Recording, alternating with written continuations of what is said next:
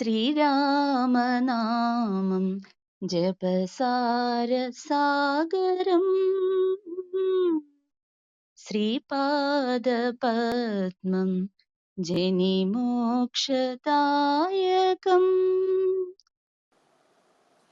എല്ലാവർക്കും നമസ്കാരം.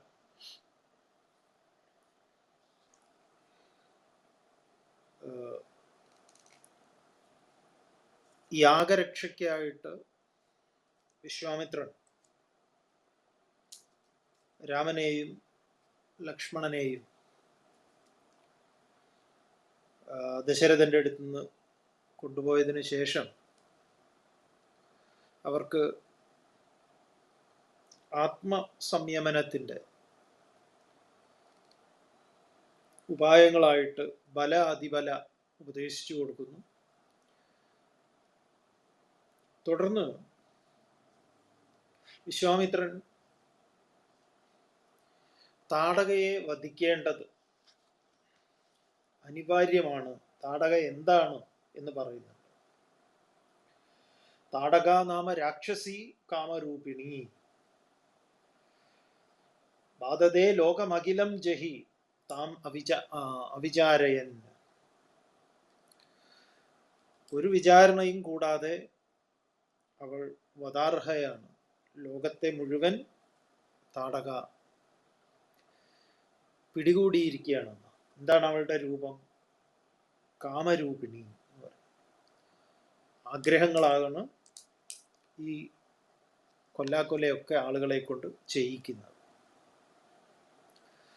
അർജുനൻ മൂന്നാം അധ്യായത്തിൽ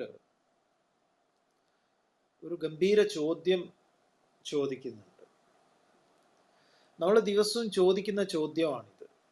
ഇന്നത്തെ ഈ ലോകത്തുള്ള വാർത്താ മാധ്യമങ്ങൾ ശ്രദ്ധിക്കുന്ന ഏതൊരാളും ചോദിക്കുന്ന ചോദ്യമാണ്.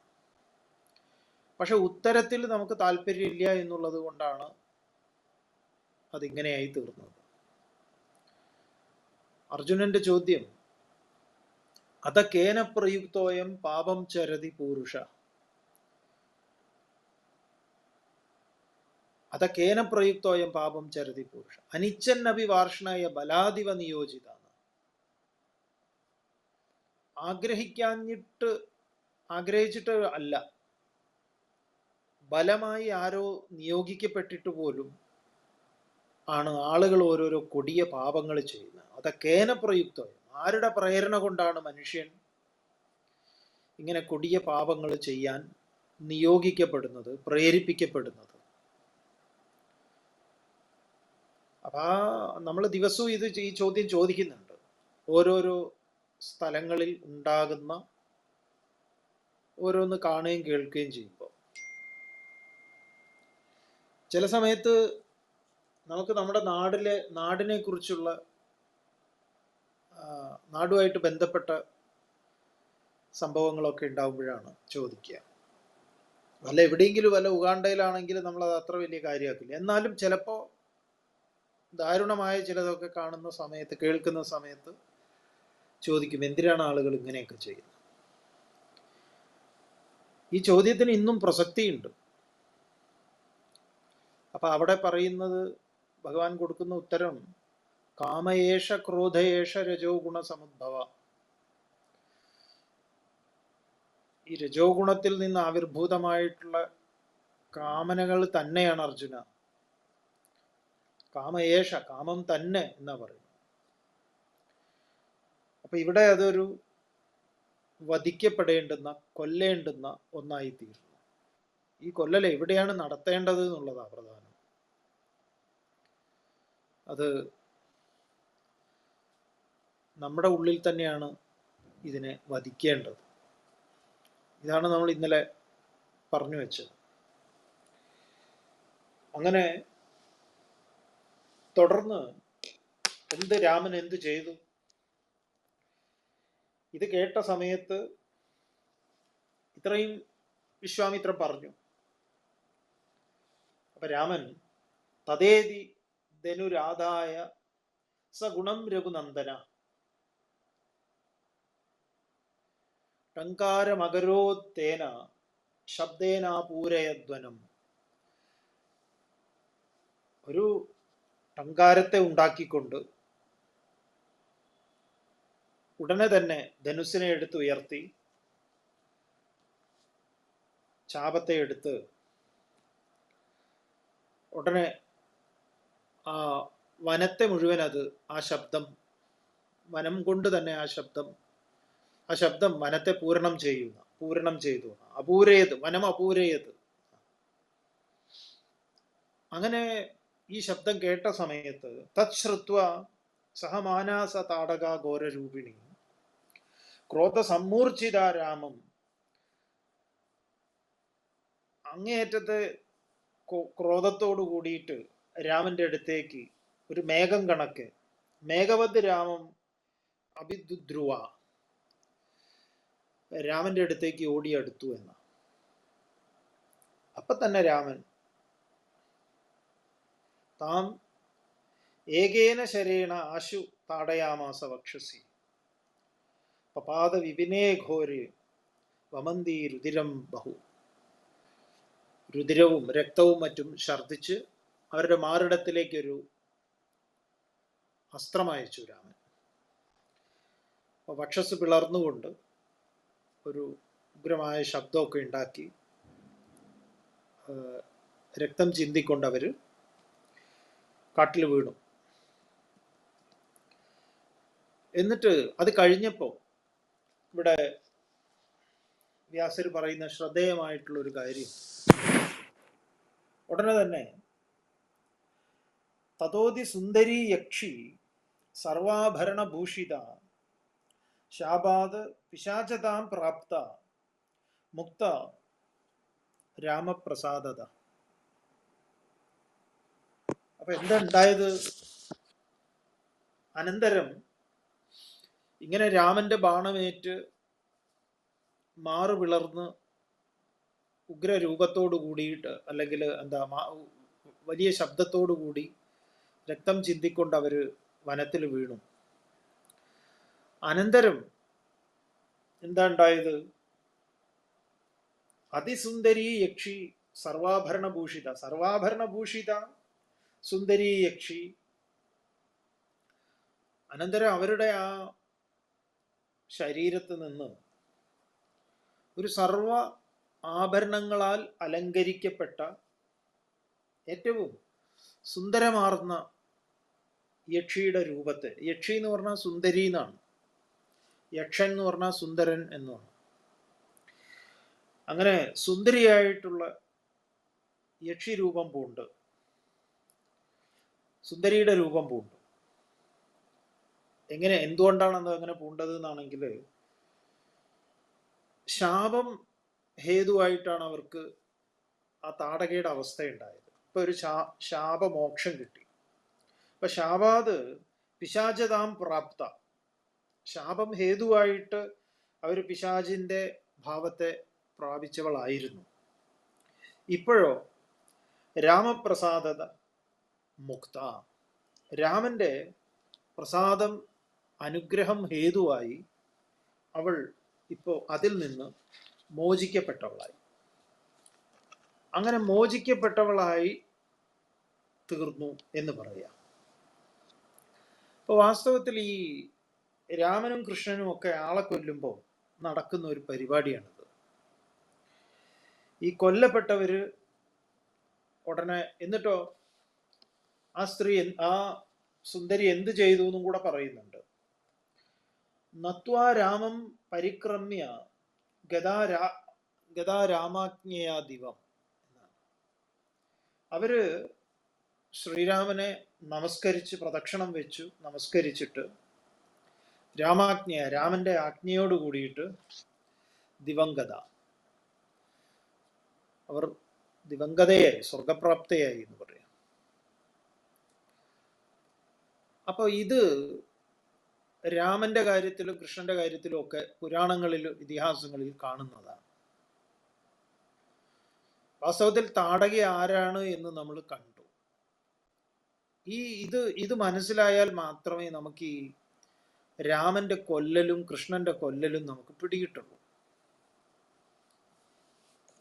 ഇത് നമ്മൾ മനസ്സിലാക്കുന്നില്ലെങ്കിൽ രാമനും കൃഷ്ണനും ഒക്കെ ഒരു കൊട്ടേഷൻ സംഘത്തിന്റെ ആൾക്കാരാണ്. ഇതങ്ങനെയല്ല മനസ്സിലാക്കിയത് എങ്കിൽ, ശരിയായിട്ടുള്ള ഒരു കൊലപാതകമാണ് ഇവർ നടത്തിയതെങ്കിൽ ഇവർ ഈ കൊലപാതകത്തിന് ഉത്തരം പറയേണ്ടവരാ രണ്ടുപേരും, രാമനാണെങ്കിലും കൃഷ്ണനാണെങ്കിലും. അപ്പൊ ഇതാണ് ഇതിന്റെ ഏറ്റവും വളരെ ചിന്ത ചെയ്യേണ്ടുന്ന ആലോചനാമൃതമായിട്ടുള്ളൊരു കാര്യം, തത്വചിന്തയുടെ പ്രധാനപ്പെട്ടത്. അപ്പൊ ഈ താടക ഒരു കാമത്തിന്റെ പ്രതീകമായിട്ടാണ് നമ്മൾ കണ്ടത്. ഈ കാമം ഉഗ്രരൂപത്തെ ധരിച്ചവളാണ്. അതിന് ഏത് രൂപത്തെ വേണമെങ്കിലും ധരിക്കാൻ സാധിക്കും. അതുകൊണ്ടാണ് ഇത് കൃഷ്ണന്റെ അടുത്തേക്ക് വരുമ്പം അമ്മയുടെ ഒരു മാതൃവാത്സല്യത്തോടു കൂടി വരും, പിതൃഭാവത്തോടു കൂടി വരും. ഇതിന് നമുക്ക് സമൂഹത്തിൽ ഇതിന് ഈ പറഞ്ഞ കാമത്തിന് എല്ലാ റോളുകളും ഏറ്റെടുക്കാൻ അതിന് സാധിക്കും. അത് പിതൃഭാവവും മാതൃഭാവവും സഹോദരഭാവവും എല്ലാം ഏത് വേഷത്തിൽ വേണമെങ്കിൽ അവൻ ഏത് വേഷവും കെട്ടും. അപ്പൊ ഇവിടെ അതിനെ ആരാണ് വധിക്കുന്നത്? നമ്മുടെ കാമനകളെ നമ്മൾ തന്നെ ഉന്മൂലനം ചെയ്യുകയാണെങ്കിൽ അതേ ശക്തിയെ തന്നെ നമുക്ക് എന്ത് ചെയ്യാൻ സാധിക്കുന്നതാണ്? അതിനെ ഒരു പോസിറ്റീവാക്കി മാറ്റാൻ പറ്റും. അതൊരു ശക്തിയാണ്, അതൊരു ഊർജമാണ്. ആ ഊർജത്തെ നമുക്ക് മറ്റ് പല വഴിയിലേക്ക് ചാനലൈസ് ചെയ്യാന്ന് പറയാം, നമുക്ക് തിരിച്ചുവിടാൻ സാധിക്കും. അങ്ങനെയാണ് എത്രയോ ആളുകളുടെ കേസിൽ നമ്മളത് അവരെ കുറിച്ച് പറയുന്ന സമയത്ത് കേൾക്കാറുണ്ടല്ലോ. തെറ്റിദ്ധരിക്കപ്പെട്ട ഒരു കാലം അവരങ്ങനെ ജീവിച്ചു പോകുന്നു, തെറ്റായ ചെയ്തികളൊക്കെ അവരിലുണ്ടായി. പിന്നീടാണ് അതൊക്കെ എത്രമാത്രം ഒരു സ്വയം അതൊക്കെ ആലോചിക്കുമ്പോൾ തന്നെ ഒരു അറപ്പ് ഉളവാക്കുന്നതാണ് എന്ന് തിരിച്ചറിയുകയും പിന്നീട് അവർ തന്നെ വളരെ പോസിറ്റീവായിട്ട് പല നല്ല കാര്യങ്ങളിലേക്ക് അവരവരുടെ ഊർജത്തെ വിനിമയം ചെയ്യുന്നു. ഇവിടെ ഇതുപോലെ തന്നെ, അതായത് രാമന്റെ ഇടപെടൽ, രാമന്റെ ബാണം, ഈ ഇടപെടലൊക്കെ തന്നെ അങ്ങനെയാണ് നമ്മളിൽ തന്നെ ഒരു പഴയ ആളെ മാറ്റി ഒരു പുതിയ ആളെ സൃഷ്ടിക്കുന്നു. ഇതാണ് പഴയ ആളെ കൊല്ലുക, പുതിയ ആള് ജനിക്കുക. ഇതാണ്. ആ പഴയ ആൾക്ക് ഒരു വികൃതമായ ഒരു രൂപമൊക്കെ ഉണ്ടായിരുന്നു. പുതിയ ആളോ സുന്ദരമാർന്ന ഒരു രൂപമാണ്. അതിന് ബാഹ്യമായിട്ടുള്ള ഒരു സൗന്ദര്യത്തെ അല്ല ഇവിടെ അർത്ഥമാക്കുന്നത്. വളരെ ഒരു വികലമായ ചിന്തകൾ കാരണം അങ്ങനത്തെ സംസാരവും പ്രവൃത്തികളും ഒക്കെ ആയിരുന്നു. പക്ഷെ ആള് മാറി. നമ്മൾ തന്നെ പറയാറുണ്ടല്ലോ, ആള് പഴയ ആളല്ല, ആള് മാറിപ്പോയി, ആള് മൊത്തത്തിൽ മാറി. അങ്ങനെ എത്രയോ ആളുകളെ മാറ്റിയിട്ടുണ്ട്, എത്രയോ പേര്. നമ്മളിപ്പോൾ ഓരോരുത്തരെ ഉദാഹരണം പറയേണ്ടതില്ല, നിങ്ങൾക്ക് തന്നെ അറിയാൻ പറ്റും. നിങ്ങളുടെ ജീവിതത്തിൽ നിങ്ങൾക്ക് നേരിട്ട് പരിചയമുള്ളവരുണ്ടാവും, അല്ലാത്തവരുണ്ടാവും. വളരെ മാറുന്നത്. ഈ മാറുന്നത് എന്ന് പറഞ്ഞാൽ ഒരാള് പഴയ ആളെ കൊല്ലുന്നു. ഇപ്പൊ ചിന്മയാനന്ദ സ്വാമികൾ ഈ കാര്യത്തിൽ ഉദാഹരണം പറയാറുണ്ട്. സ്വാമിജിയെ തന്നെയാണ് പറയാറ്. ചിന്മയാനന്ദ സ്വാമിജി പറയുന്നത്, ഞാൻ ബാലകൃഷ്ണ മേനോൻ എന്ന പേരിൽ നാഷണൽ ഹെറാൾഡ് പത്രത്തിൽ പത്രപ്രവർത്തകനായിട്ട് പ്രവർത്തിക്കുന്ന കാലം, സ്വാതന്ത്ര്യ സമരവുമായി ബന്ധപ്പെട്ട് രാജ്യവ്യാപകമായിട്ട് സമരത്തിൻ്റെ ആ ഒരു ഇൻസ്പിറേഷനാണ് ചെറുപ്പക്കാർക്കും എല്ലാവർക്കും തന്നെ. അപ്പം ആ സമയത്ത് ഡൽഹിയിൽ ഇരിക്കുമ്പോഴാണ് സ്വാമിജി, ഈ ഹിമാലയത്തിൽ കുറേ സ്വാമിമാരുണ്ട്, ഇവരിങ്ങനെ ഒരാൾക്കും ഒരു ഉപകാരവും ഇല്ലാതെ ഗുഹേൻ്റെ ഉള്ളിൽ ഇങ്ങനെ ഇരിക്കുകയാണ്. എന്തെങ്കിലും കാര്യമുണ്ടോ, ആർക്കെങ്കിലും ഒരു 10 പൈസയുടെ ഗുണമുണ്ടോ എന്നുള്ളതാണ് ബാലകൃഷ്ണ മേനോൻ ചിന്തിച്ചത്. അങ്ങനെയാണ് സ്വാമിജി ഒരു വെള്ളിയാഴ്ച ഡൽഹിയിൽ നിന്ന് ഋഷികേശിലേക്ക് പത്രപ്രവർത്തകൻ എന്നുള്ള നിലയിൽ തൻ്റെ സാധന സാമഗ്രികളൊക്കെ ആയിട്ട്, ക്യാമറയും പേപ്പറും ബുക്കും ഒക്കെ ആയിട്ട് പോകുന്നത്. സ്വാമിജി പറയുന്നത്, സ്വാമിജിയുടെ ഭാഷയിൽ, ഇവരെ ഈ മാളത്തിൽ നിന്ന് പുകച്ച് പുറത്തി അടിക്കാൻ വേണ്ടിയിട്ട് ഗണ്ടശയായിട്ട് ഇവരെ കുറിച്ച് എഴുതുക, അതിനാണ് പോണത്. അങ്ങനെ സ്വാമിജി ആദ്യം തന്നെ തിരഞ്ഞെടുത്തത് ഈ ഋഷികേശിലെ ഡിവൈൻ ലൈഫ് സൊസൈറ്റി, വളരെ പഴക്കം ചെന്നിട്ടുള്ള ഒരു ആശ്രമമാണ്. അപ്പോൾ ഈ ഡിവൈൻ ലൈഫ് സൊസൈറ്റിയിൽ ശിവാനന്ദ സ്വാമികളെ തന്നെ ഇന്റർവ്യൂ ചെയ്യാൻ വേണ്ടി അവിടുത്തെ കാര്യങ്ങളൊക്കെ അറിഞ്ഞ് പിന്നെ തിരിച്ചു വന്ന് ഇതൊക്കെ പത്രത്തിൽ പ്രസിദ്ധം ചെയ്യാൻ വേണ്ടിയാ പോയത്. അപ്പൊ അവിടെ ചെന്ന് ശിവാനന്ദ സ്വാമികളായിട്ട് സംസാരിക്കാൻ തുടങ്ങി. പക്ഷെ സ്വാമിജി പറയുന്നത്, ഈ തിങ്കളാഴ്ച പ്രസിദ്ധം ചെയ്യാൻ എന്ന് പറഞ്ഞ ആള് പോയ ആൾക്ക് പിന്നെ ആ തിങ്കളാഴ്ച തിരിച്ചു കിട്ടിയിട്ടില്ല എന്നാ പറയുന്നത്. അപ്പം ഈ ബാലകൃഷ്ണ മേനോന് ശിവാനന്ദ സ്വാമികൾ കൊന്നു എന്ന് വേണമെങ്കിൽ പറയാം. അതൊരു കൊല്ലല് തന്നെയായിരുന്നു. പിന്നെ ബാലകൃഷ്ണ മേനോൻ ഇല്ല. പിന്നെ ജനിക്കുന്നത് സ്വാമി ചിന്മയാനന്ദയാണ്.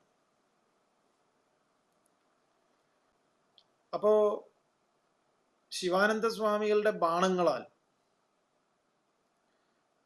ബാലകൃഷ്ണ മേനോൻ കൊല്ലപ്പെട്ടു എന്ന് വേണമെങ്കിൽ നമുക്ക് പറയാം. ഇങ്ങനെ എത്രയോ ആൾക്കാർ കൊന്നിട്ടുണ്ട്. ഇതിൽ 2 വിധത്തിലുള്ള കൊല്ലലുണ്ട്. നല്ല മനുഷ്യന്മാരെ ഈ ഭീകരവാദത്തിന്റെയും വിധ്വംസ പ്രവർത്തനങ്ങളുടെയും ഭാഗമായിട്ട് മാറിയിട്ടുള്ളതും നമുക്കറിയാം. വളരെ നല്ല രീതിയിൽ പഠിക്കാൻ പോയിട്ടുള്ളത്, യൂണിവേഴ്സിറ്റിയിൽ പഠിക്കാൻ പോയി, അവിടെ വെച്ച് ആരോ കൂട്ടാളി കിട്ടി, പിന്നെ തലതിരിഞ്ഞു. ഇതിന് 2 സാധ്യതകളുണ്ട്. നല്ല മനുഷ്യൻ അസുരനാവുന്നതും അസുരൻ സുരനാവുന്നതും, 2 ഓപ്ഷൻ, 2നും സാധ്യതയുണ്ട്. പക്ഷെ ഇവിടെ അതേ ആൾ, ഏതൊരു ബാലകൃഷ്ണ മേനോനാണോ സന്യാസിമാർ മൂരാച്ചികളാണ്, ഇവരെ പുകച്ച് പുറത്തിയാടിക്കണം എന്ന് മനോഗതമായിട്ട് പോയ ആളാണ് പിന്നീട് സന്യാസിമാരെ കുറിച്ച് സന്യാസ സമൂഹത്തിന് തന്നെ ഒരു പ്രാതസ്മരണീയനായി മാറുന്നത്. അത് ഈ കൃഷ്ണന്റെയും രാമന്റെയും കാര്യത്തിൽ കാണാം. ആദ്യം രാമനെയും കൃഷ്ണനെയും തെറി പറഞ്ഞു നടന്നവര് ഈ ബാണങ്ങളേറ്റ് പിന്നെ ആ ശരീരം പോയി വേറൊരു ശരീരം ജനിച്ചു കഴിഞ്ഞാൽ ആ ശരീരം സ്തുതിക്കുന്നത് കാണും. ഭഗവാനെ സ്തുതിച്ചിട്ടാണ്, പിന്നെ പ്രദക്ഷിണം വെച്ച് നമസ്കരിച്ചിട്ടാണ് പിന്നെ ഇവര് പോവുക. അത് നമ്മുടെ ആറ്റിറ്റ്യൂഡ് ചേഞ്ച് ആവുന്നതാണ്. നമ്മൾ പൂർണ്ണമായി മാറുന്നു. ചിലർക്ക് നമ്മളെ മാറ്റാൻ സാധിക്കുന്നു, ചിലർക്ക് നമ്മളെ കാണിച്ചു തരാൻ സാധിക്കുന്നു. അത് അവരിലൂടെ, ഇപ്പൊ രാമായണം തന്നെ നമ്മളെ മാറ്റാൻ.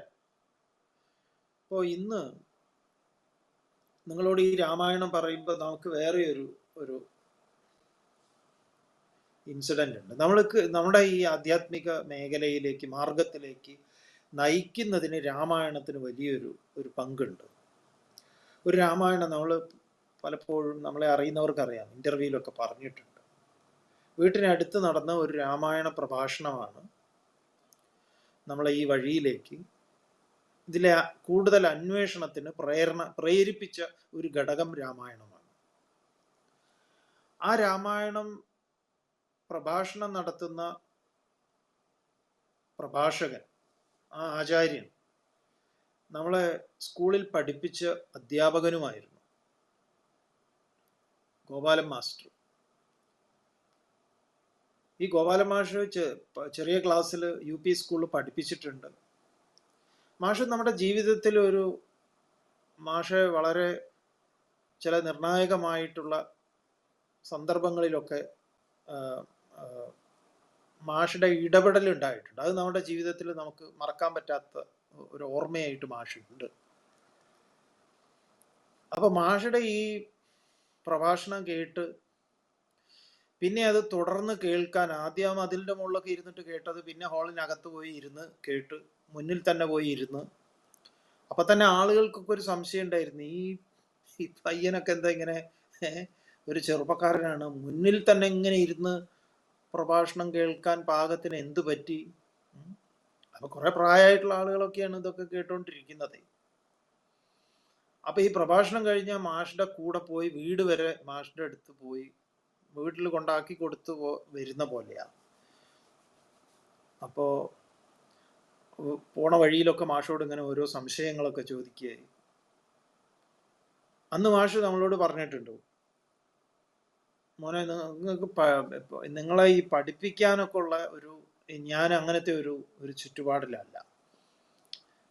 മാഷാണ് നമ്മളോട് ചിന്മയ മിഷനെ കുറിച്ച് ആദ്യം പറഞ്ഞു തരുന്നത് തന്നെ.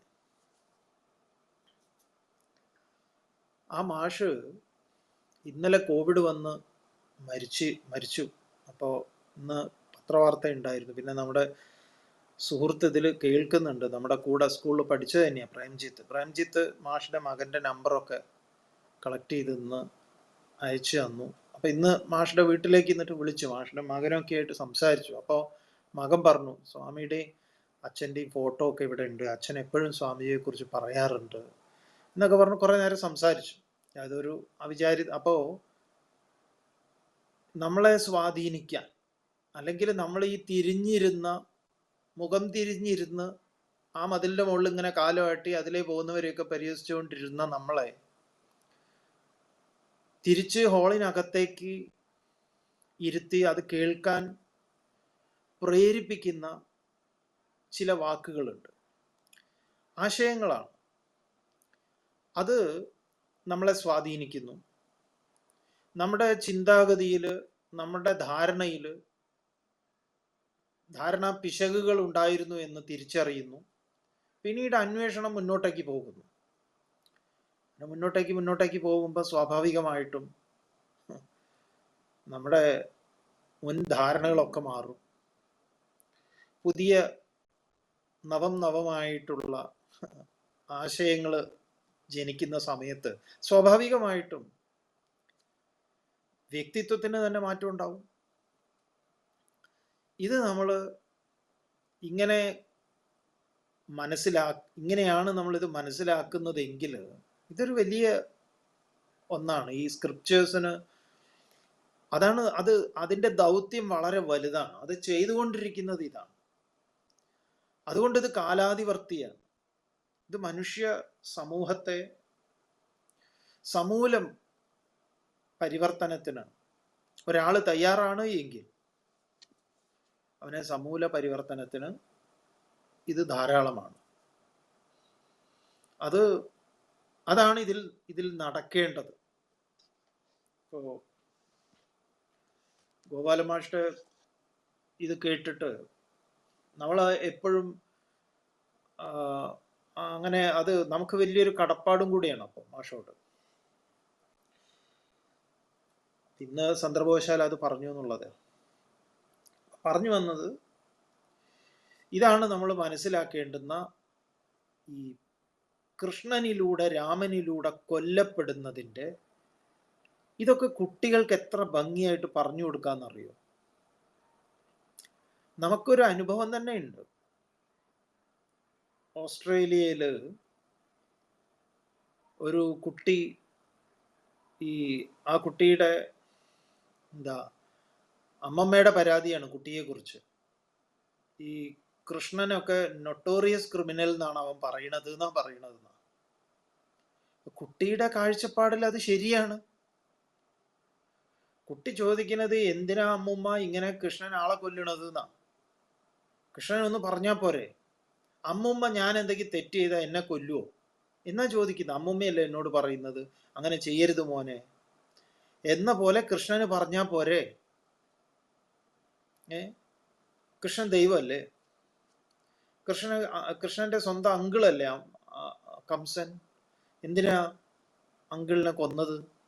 തെറ്റല്ലേ അത്? അങ്ങനെ കൊല്ലലാണോ പരിഹാരം? ഇത് കുട്ടികൾ കാരണം കുട്ടികൾ അവർ വളരുന്നവരാണ്. അപ്പൊ അവരോട് നമ്മൾ പറയാം, അല്ലല്ല, കൃഷ്ണനും രാമനും ഒക്കെ കൊല്ലും, അത് ദൈവമാണ്. കൊല്ലൽ ആര് കൊന്നാലും തെറ്റാണെന്ന് വിശ്വസിക്കുന്നവരാണ് കുട്ടികൾ. കാരണം കുട്ടികളല്ല, ആരും അതിനെ അംഗീകരിക്കില്ല.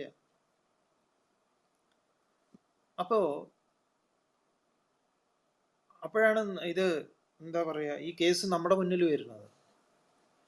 അത് വളരെ നന്നായി പറഞ്ഞു കൊടുക്കാം. അപ്പൊ അവന് കൺഫ്യൂഷൻ ഒന്നുമില്ല ഈ കാര്യം പറഞ്ഞു കൊടുത്തപ്പോഴേ.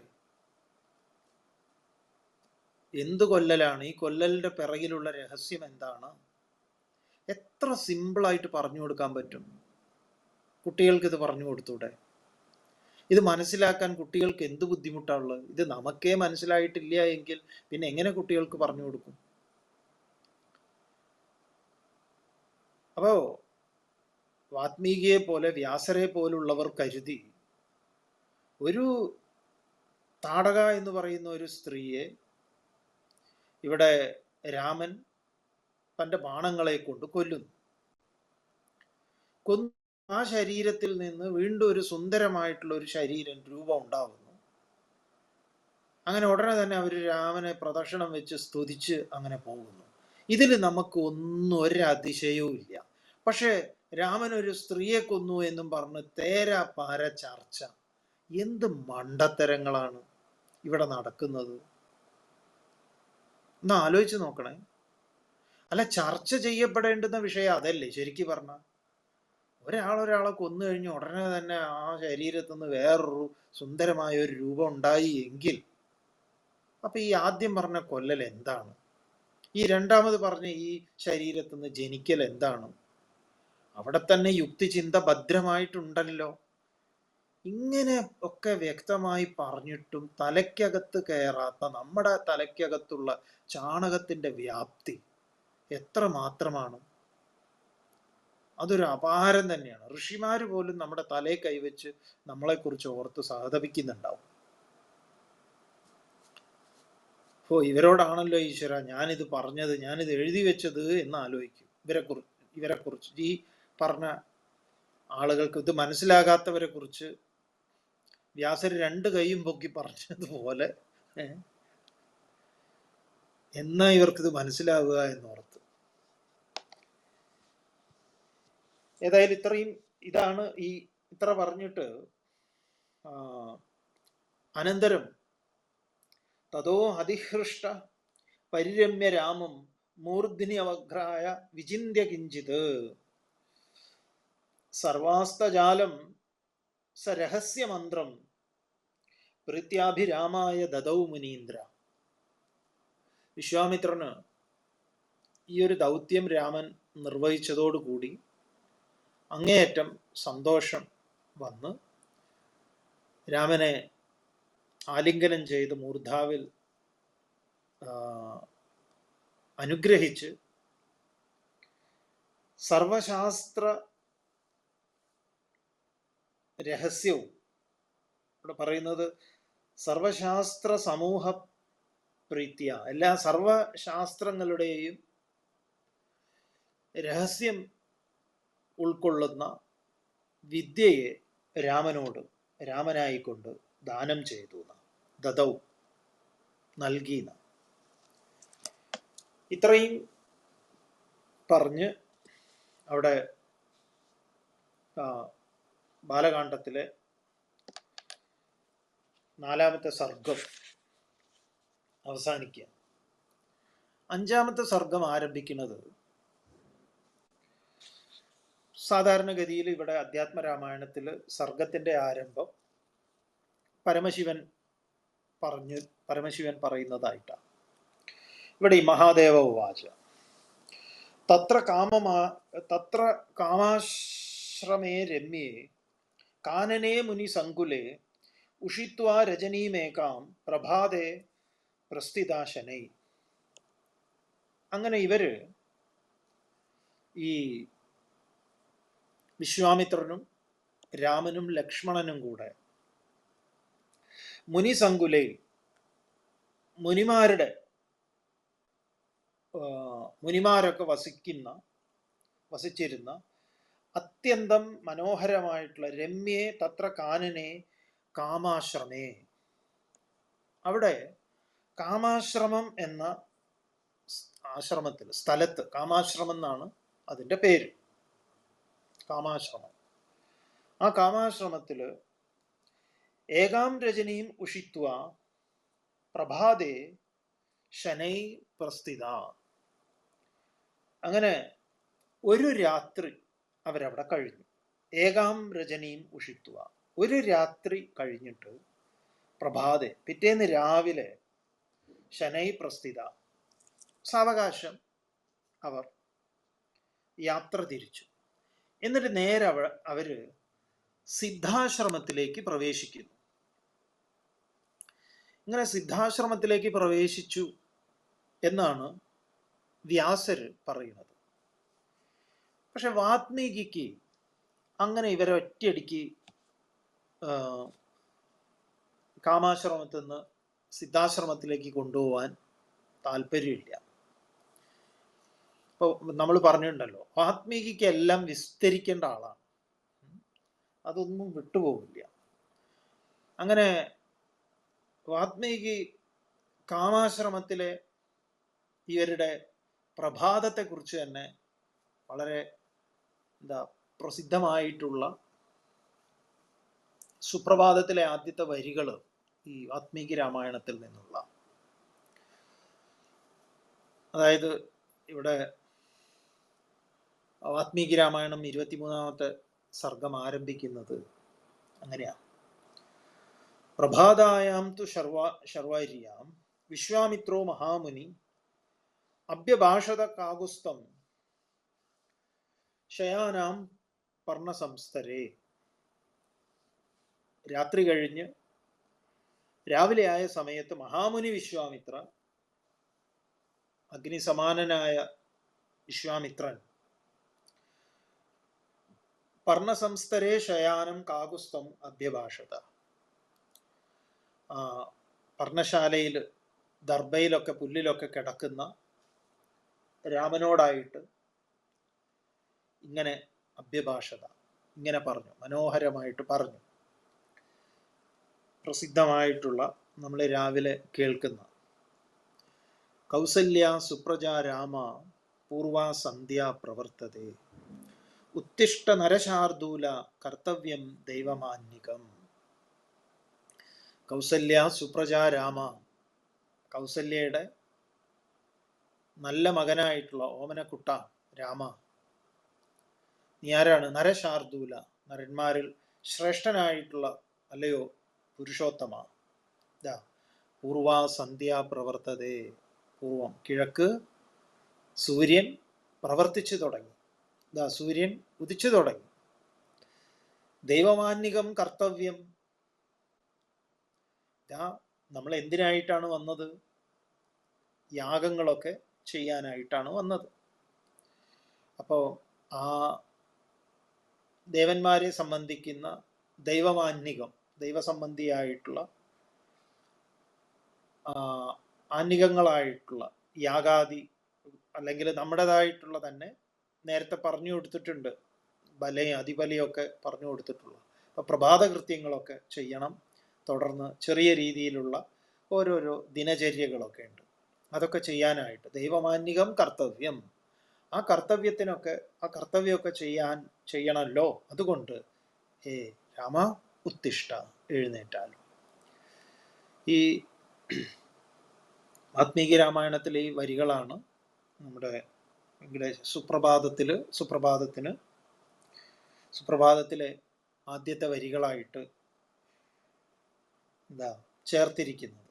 ഇത് കേൾക്കാത്തവരായിട്ട് ആരും ഉണ്ടാവും എന്ന് തോന്നുന്നില്ല. പക്ഷെ പലപ്പോഴും പലർക്കും എന്താണ് ഈ പറയണത് എന്നുള്ളത് ചിലപ്പോൾ പിടികിട്ടിക്കൊള്ളണമെന്നില്ല. രാവിലെ നമ്മൾ തമാശയായിട്ട് പറയാറുണ്ട്, കുട്ടികളെ നമ്മൾ വിളിക്കേണ്ടത് എങ്ങനെയാണ് വിശ്വാമിത്രൻ കാട്ടിൽ കിടന്നുറങ്ങിയ കുട്ടികളെ എന്ത് മനോഹരമായിട്ടാണ് വിളിക്കുന്നത്. കൗസല്യ സുപ്രജ രാമ പൂർവ സന്ധ്യ പ്രവർത്തതേ ഉത്തിഷ്ഠ നരശാർദൂല കർത്തവ്യം ദൈവമാന്നികം. അപ്പോ മോനെ, ആരുടെ മകനെ എന്നാണ്? കൗസല്യയുടെ മകനെ, എഴുന്നേൽക്കൂ. ദേ സൂര്യനൊക്കെ ഉണർന്നു പ്രവർത്തിക്കാൻ തുടങ്ങി. സൂര്യൻ ഉണരുന്നതോടുകൂടി ബാക്കിയെല്ലാം കിളികളൊക്കെ ഉണരുന്നു. കിളികൾ ശബ്ദം ഉണ്ടാക്കുന്നു. സർവവും, ഈ പ്രപഞ്ചം സകലതും ഉണരുന്നു. ജലത്തിലെ മത്സ്യങ്ങളൊക്കെ ഉണരുന്നു, കോഴി കൂവുന്നു, എല്ലാം ഉണരുകയായി. അപ്പൊ നീ മാത്രം ഇങ്ങനെ കിടന്നുറങ്ങിയാൽ എങ്ങനെ ശരിയാവുന്നത്? അപ്പൊ കുട്ടികളോട് നമുക്ക് ഈ രാമായണത്തിലെ ഈ സംസ്കാരമൊക്കെ ഉൾക്കൊണ്ട് കുട്ടിയെ കിടന്ന് രാവിലെ തന്നെ കുട്ടികളെ വിളിക്കാൻ നമുക്ക് എന്തുകൊണ്ട് ഇങ്ങനെ വിളിച്ചുകൂടാ? കുട്ടികളെയൊക്കെ ആണെങ്കിൽ, ചെറിയ കുട്ടികളൊക്കെ ആണെങ്കിൽ പ്രത്യേകിച്ച് അമ്മ അടുത്ത് പോയിട്ട് കിടക്കണം.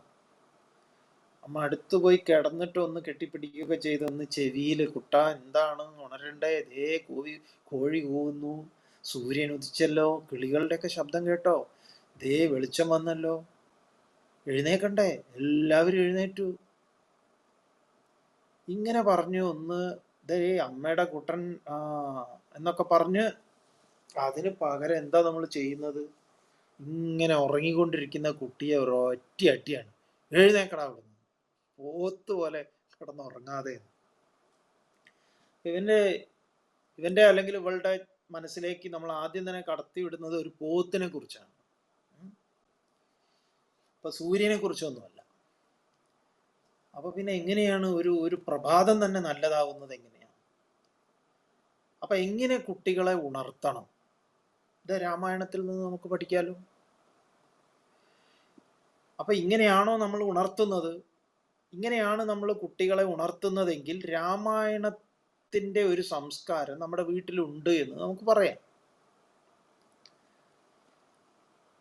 ഇതിപ്പോ ഹിന്ദുക്കളുടെ കാര്യം പറയാനുള്ളതല്ല, പൊതുവെ എല്ലാവരുടെയും, ഇതൊരു മുഴുവൻ ഒരു മനുഷ്യർക്ക് വേണ്ടിയുള്ളതാ. അത് അങ്ങനെയാ പറയപ്പെട്ടിട്ടുള്ളത്. ഈ ഹിന്ദു എന്നൊക്കെ പറയുന്നത് പിന്നീട് തട്ടിക്കൂട്ടി ഉണ്ടാക്കിയതാണല്ലോ.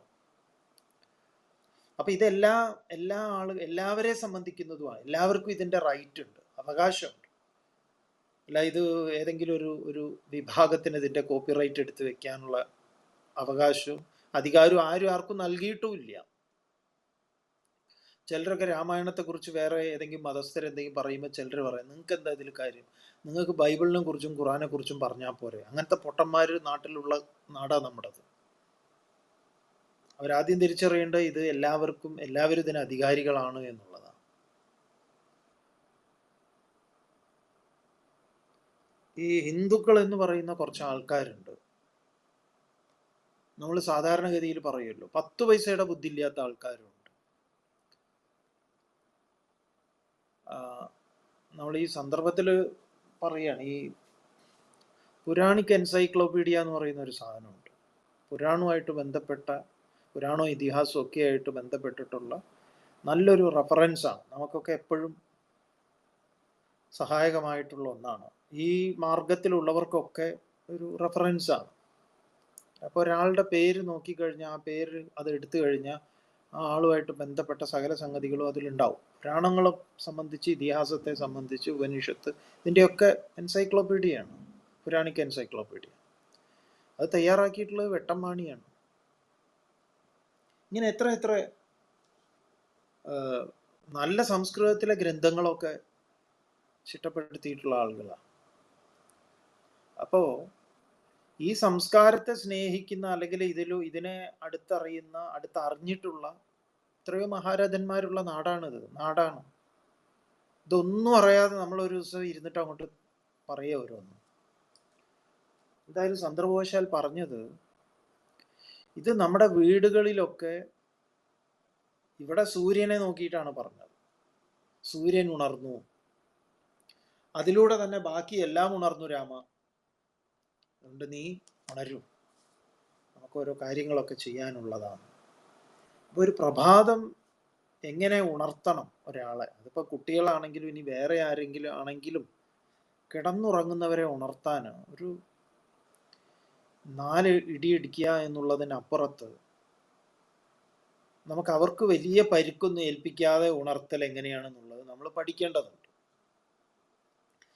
അതാണ് ഇവിടെ വാത്മീകി മനോഹരമായിട്ട് പറയുന്നുണ്ട്. മാത്രമല്ല, ഈ ഈ ആശ്രമത്തെക്കുറിച്ച്, കാമാശ്രമത്തെക്കുറിച്ച് വ്യാസർ അങ്ങനെ പ്രത്യേകിച്ച് കൂടുതലൊന്നും പറഞ്ഞിട്ടില്ല. കാമാശ്രമം എന്നുള്ള ഒരു സാമാന്യമായി അങ്ങ് പറഞ്ഞു പോവുക ചെയ്ത്. പക്ഷെ ഈ ആശ്രമത്തിൽ രാവിലെ ഉണർന്നൊക്കെ കഴിഞ്ഞ് രാമൻ നോക്കിയ സമയത്ത് രാമനിത് ഈ സ്ഥലത്തെ ഭയങ്കര ഇഷ്ടപ്പെട്ടു. അങ്ങനെ രാമൻ വിശ്വാമിത്രനോട് ചോദിക്കുന്നതാണ്, ആരുടേതാണ് ഈ ആശ്രമം? കസ്യായാം ആശ്രമം പുണ്യ കോന്വസ്മിൻ വസതേ പുമാന് ഭഗവൻ ശ്രോതുമിച്ഛാവ പരം കൗതൂഹലം ഹി നൗ. എനിക്ക് ആശ്ചര്യം തോന്നുന്നു, ഇവിടെ ആരാണ് താമസിച്ചത്? ഈ പുണ്യ ആശ്രമം ആരുടേതാണ്? ഏത് മഹാത്മാവാണ് ഇവിടെ മുമ്പ് വസിച്ചത്? എന്താണ് ഈ ആശ്രമത്തിന്റെ പേര്? ഇങ്ങനെയുള്ള ചോദ്യം ശ്രീരാമൻ ചോദിച്ചു. ഇത് വാത്മീകി രാമായണത്തിലാണ്. വ്യാസരുടെ രാമായണത്തിൽ അതൊന്നുമില്ല. തയോസ്തദ്വചനം ശ്രുത്വാ മുനിപുങ്കവ അബ്രവീത് ശ്രൂയതാം രാമ യസ്യായം പൂർവ ആശ്രമ. അപ്പൊ വിശ്വാമിത്രൻ ഇത് കേട്ടപ്പോൾ വളരെ സന്തോഷം കൊണ്ട് പുഞ്ചിരിയൊക്കെ എന്താ പറയാ ചിരിച്ചു അതൊന്ന് കേട്ട സമയത്ത്. എന്നിട്ട് രാമനോട് പറഞ്ഞു, രാമ, അയം യസ്യ പൂർവാശ്രമം ശ്രൂയതാം. ഈ ആശ്രമം ഉണ്ടല്ലോ, മുമ്പ് ആരുടേതാണ് എന്ന് എന്നിൽ നിന്ന് കേട്ടാലും. എന്നിട്ട് ആരുടേതാണ് ഈ ആശ്രമം? കന്ദർപ്പോ മൂർത്തിമാനാസീത് കാമ ഇത്യുച്യതേ ബുധൈഹി. ബുധൈഹി ജ്ഞാനികളാൽ, വിദ്വാൻമാരാല് കാമ ഇതി ഉച്യതേ. ഇത് കാമം എന്ന് പറയപ്പെടുന്നു. ഈ ആശ്രമത്തിന്, ഈ സ്ഥലത്തിന് കാമാശ്രമം എന്ന പേരിലാണിത് അറിയപ്പെടുന്നത്. എന്തുകൊണ്ടെന്നാൽ കന്ദർപ്പമൂർത്തിമാൻ ആസീത്. ഇവിടെ കന്ദർപ്പൻ എന്ന് പറയുന്ന ഒരു മന്മഥൻ, കാമദേവൻ ഇവിടെ പണ്ട് വസിച്ചിരുന്നു. ഈ കാമദേവനെ, പിന്നെ കഥ ഇങ്ങനെ പറയാണ്, ഈ കാമദേവന്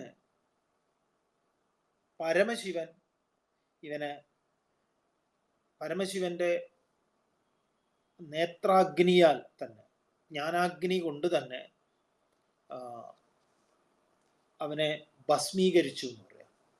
അവന്റെ ശരീരത്തെയൊക്കെ ഉന്മൂലനം ചെയ്തു. ഇപ്പൊ അവന് ശരീരമില്ല. അപ്പൊ ശരീരമില്ലാത്ത ഒരു അവസ്ഥയിൽ അവനെത്തി. ഈ കാമത്തെ വളരെ മനോഹരമായിട്ടാണ് വാത്മീകിയും പറയുന്നത്. ഈ കന്ദർപ്പന് 5 ബാണങ്ങളുണ്ട്. പഞ്ചബാണ പ്രകീർത്തിത കാമസ്യ കാമന്റെ 5 ബാണങ്ങൾ.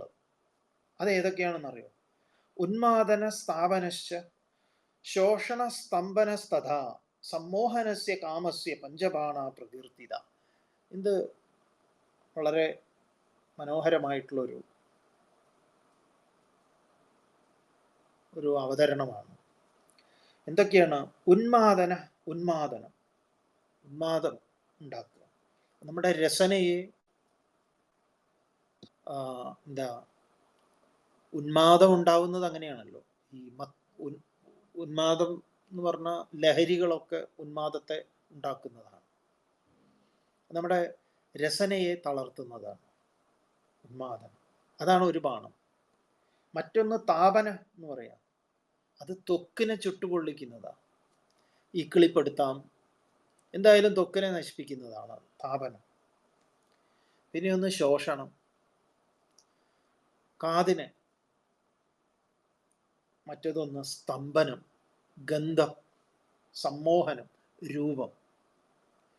ഇങ്ങനെ ശബ്ദസ്പർശ രസരൂപ ഗന്ധാദികളെ, കണ്ണ്, മൂക്ക്, നാക്ക്, ത്വക്ക്, ചെവി, ഈ 5 ഇന്ദ്രിയങ്ങളെയും എന്താ പറയുക, തകർക്കാൻ പോകുന്ന ബാണങ്ങളെയാണ് കാമന്റെ ബാണങ്ങളായിട്ട് പറയുന്നത്.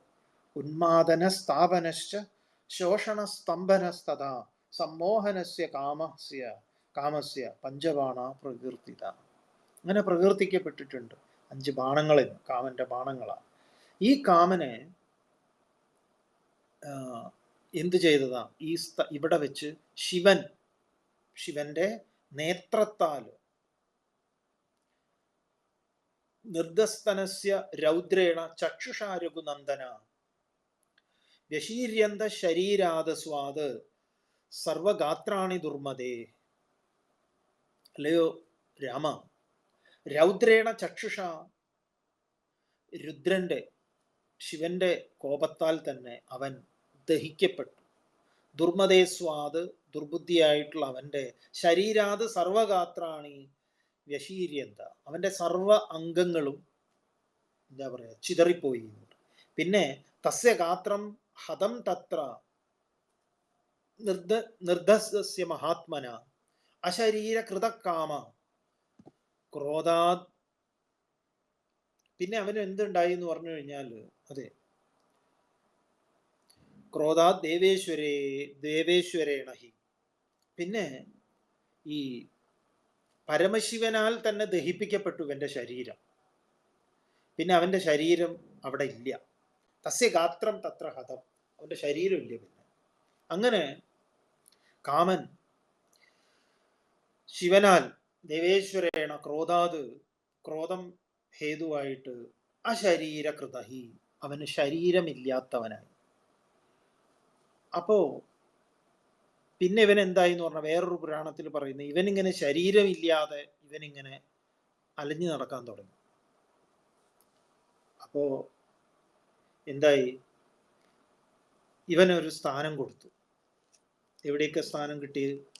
ശ്രദ്ധയില്ലാത്ത ആളുകളിലൊക്കെ ഇവൻ കയറിക്കൂടും. ഇവൻ പിന്നെ അവരുടെ ശരീരമാണ്. കോവിഡ് പോലെ. ഈ പുരാണങ്ങളൊക്കെ ഭയങ്കര ജാതി വർണ്ണനകളും കാര്യങ്ങളും ഒക്കെയാണ് നടത്തിയത്. ഈ കോവിഡിനൊന്നും സ്വന്തം ശരീരമില്ലല്ലോ. കൊറോണയ്ക്ക് നമ്മുടെ ശരീരം മൂപ്പരുടെ ശരീരമാക്കും, കാര്യങ്ങൾ ദൗത്യം നടത്തി മൂപ്പര് പോവും എന്ന പോലെയാണ് ഈ കാമം. കാമത്തിന്റെ ശരീരത്തെ ഉന്മൂലനം ചെയ്തു ശിവൻ. പിന്നെ ഇവന് ശരീരമില്ല. പക്ഷേ ഇപ്പൊ ഇവന്റെ ശരീരം എന്ന് പറഞ്ഞാൽ ഇവനിപ്പോ കുറച്ചും കൂടെ സൗകര്യമായി. ഇവന് എവിടെ വേണമെങ്കിലും ആരുടെ ശരീരത്തിൽ വേണമെങ്കിലും ഇവന് കയറിക്കൂടാം എന്നുള്ള അവസ്ഥയായി. ഇവൻ സർവതന്ത്ര സ്വതന്ത്രനായി. അപ്പോ ഇതാണ് ഈ സ്ഥലം. പക്ഷെ ഇവിടെ വ്യാസരെന്താണ് ശിവനെ കൊണ്ട് തന്നെയാണ് പറയിപ്പിക്കുന്നത്. തത്ര കാമാശ്രമേ രമ്യേ കാനനേ മുനി സങ്കുലേ ഉഷിത്വ രജനീമേഘാം പ്രഭാതേ പ്രസ്ഥിതാശനേ. എന്നിട്ട് ഒറ്റയടിക്ക് സിദ്ധാശ്രമത്തിലേക്ക് പോവുകയാണ്. അപ്പൊ ഇവിടെ പരമശിവൻ തന്നെ അതിനെക്കുറിച്ച് പറയുമ്പോൾ, പരമശിവനെ കൊണ്ട് വ്യാസർ അത് പറയിപ്പിക്കുമ്പോൾ പരമശിവന് തന്നെ സ്വയം ഓർക്കാനുണ്ടാവും. പരമശിവൻ കാമാശ്രമത്തെ കുറിച്ച് പറയുമ്പോൾ ശിവന് ഈ പഴയ കഥ അനുസ്മരിക്കാം. അപ്പൊ ഇതിൻ്റെ ഈ നമ്മൾ ഈ താരതമ്യ പഠനം നടത്തുമ്പോൾ ഉള്ളൊരു രസം അതാണ്. നല്ല വ്യാസർ അതിങ്ങനെ ക്യാപ്സ്യൂളാക്കും, വാത്മീകി അതിങ്ങനെ വിസ്തരിക്കും കുറേയും കൂടെ. വളരെ ഇവിടെയൊക്കെ നല്ല വിസ്താരമാണ്, നന്നായിട്ട് ഇങ്ങനെ പറയുന്നുണ്ട്. എങ്ങനെ ഇവന് പിന്നെ പേരില്ലാതെയായി, അനഘ ഇത് വിഖ്യാത, ഇവന് പിന്നെ എന്താ അംഗമില്ലാത്തവൻ എന്നുള്ള പേരിൽ പ്രസിദ്ധനായി. അപ്പോ ഈ ആശ്രമം രാമ അവരുടെ ആശ്രമമാണ്. ഇവിടെ നമുക്ക് ഇന്നും കൂടെ ഇവിടെ താമസിച്ചതിന് ശേഷം നമുക്ക് ഇവിടുന്ന് സിദ്ധാശ്രമത്തിലേക്ക് ഒരു സിദ്ധാശ്രമത്തിലേക്ക് നമുക്ക് അവിടേക്ക് നമ്മുടെ യാത്ര തുടരാം എന്ന് പറയുന്നു. ഇങ്ങനെ ഒരു എന്താ മനോഹരമായിട്ടുള്ള വർണ്ണനയാണ് ഇതിൽ എന്താ പറയുന്നത്. തുടർന്ന് ഈ സിദ്ധാശ്രമത്തിൽ പ്രവേശിച്ചതിന് ശേഷം സിദ്ധാശ്രമം ഗതാ സർവേ സിദ്ധചാരണ സേവിതം വിശ്വാമിത്രേണ സന്നിഷ്ട മുനയസ്തന്നിവാസ പൂജാം ച മഹതീം ചക്രു രാമലക്ഷ്മണയോർധൃതം ശ്രീരാമ കൗശികം പ്രാഹ മുനേ ദീക്ഷാം പ്രവിശ്യതാം. അവിടെ വെച്ച് ശ്രീരാമൻ പറയുന്നു, ശരി, ഇത് അധ്യാത്മരാമായണമാണ് പറയുന്നത്, ശരി, നമുക്ക് ഇനി പറയൂ, എവിടെ ഈ പറഞ്ഞ രണ്ടുപേര് എവിടെയാണ് വധിക്കേണ്ടത്? ഇപ്പൊ താടകയുടെ കാര്യം ഒക്കെ ഇനിയുണ്ടല്ലോ, രണ്ടാള് സുബാഹുവും മാരീചനും. അപ്പൊ അവരെ കുറിച്ചാണ് ചോദിച്ചത്. എവിടെയാണ്? ദർശയസ്വ മഹാഭാഗ കുതസ്ഥൗ രാക്ഷസാധമൗ. അപ്പോൾ ഈ രണ്ടുപേര് എവിടെയാണ് ഇവര്, പറയൂ, കാണിക്കൂ എന്ന് പറഞ്ഞ സമയത്ത് ഈ രണ്ട് വിദ്വാൻമാര് മധ്യാഹ്നേ ദിദൃശാദേ തൗ രാക്ഷസൗ കാമരൂപിണൗ മാരീചശ്ച സുബാഹുശ്ച വർഷന്തൗ രുദ്രാസ്തിനി. അപ്പൊ ഇവരുടെയും സ്ഥിതി എന്താണ്? ഏത് രൂപം വേണമെങ്കിൽ ധരിക്കാൻ കഴിവുള്ളവരാണ് ഈ മാരീചനും സുബാഹു.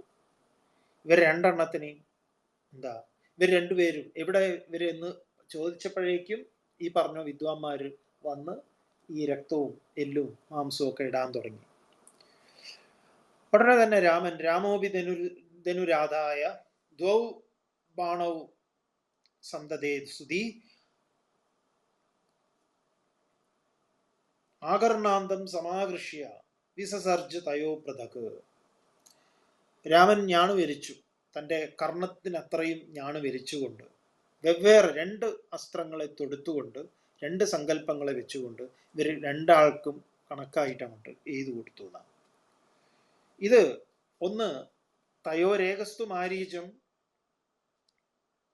ഒന്ന് മാരീചനെ ലക്ഷ്യമാക്കിയിട്ട്, എന്നിട്ടോ ഈ മാരീചൻ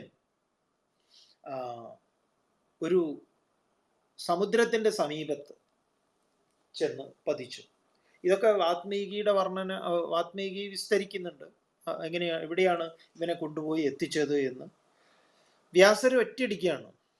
വ്യാസർക്ക് പിന്നെ കൂടുതൽ ഇതൊന്നുമില്ല, ഞാൻ എടുക്കുന്നു, വിടുന്നു, അവൻ്റെ കഥ കഴിക്കുന്നു.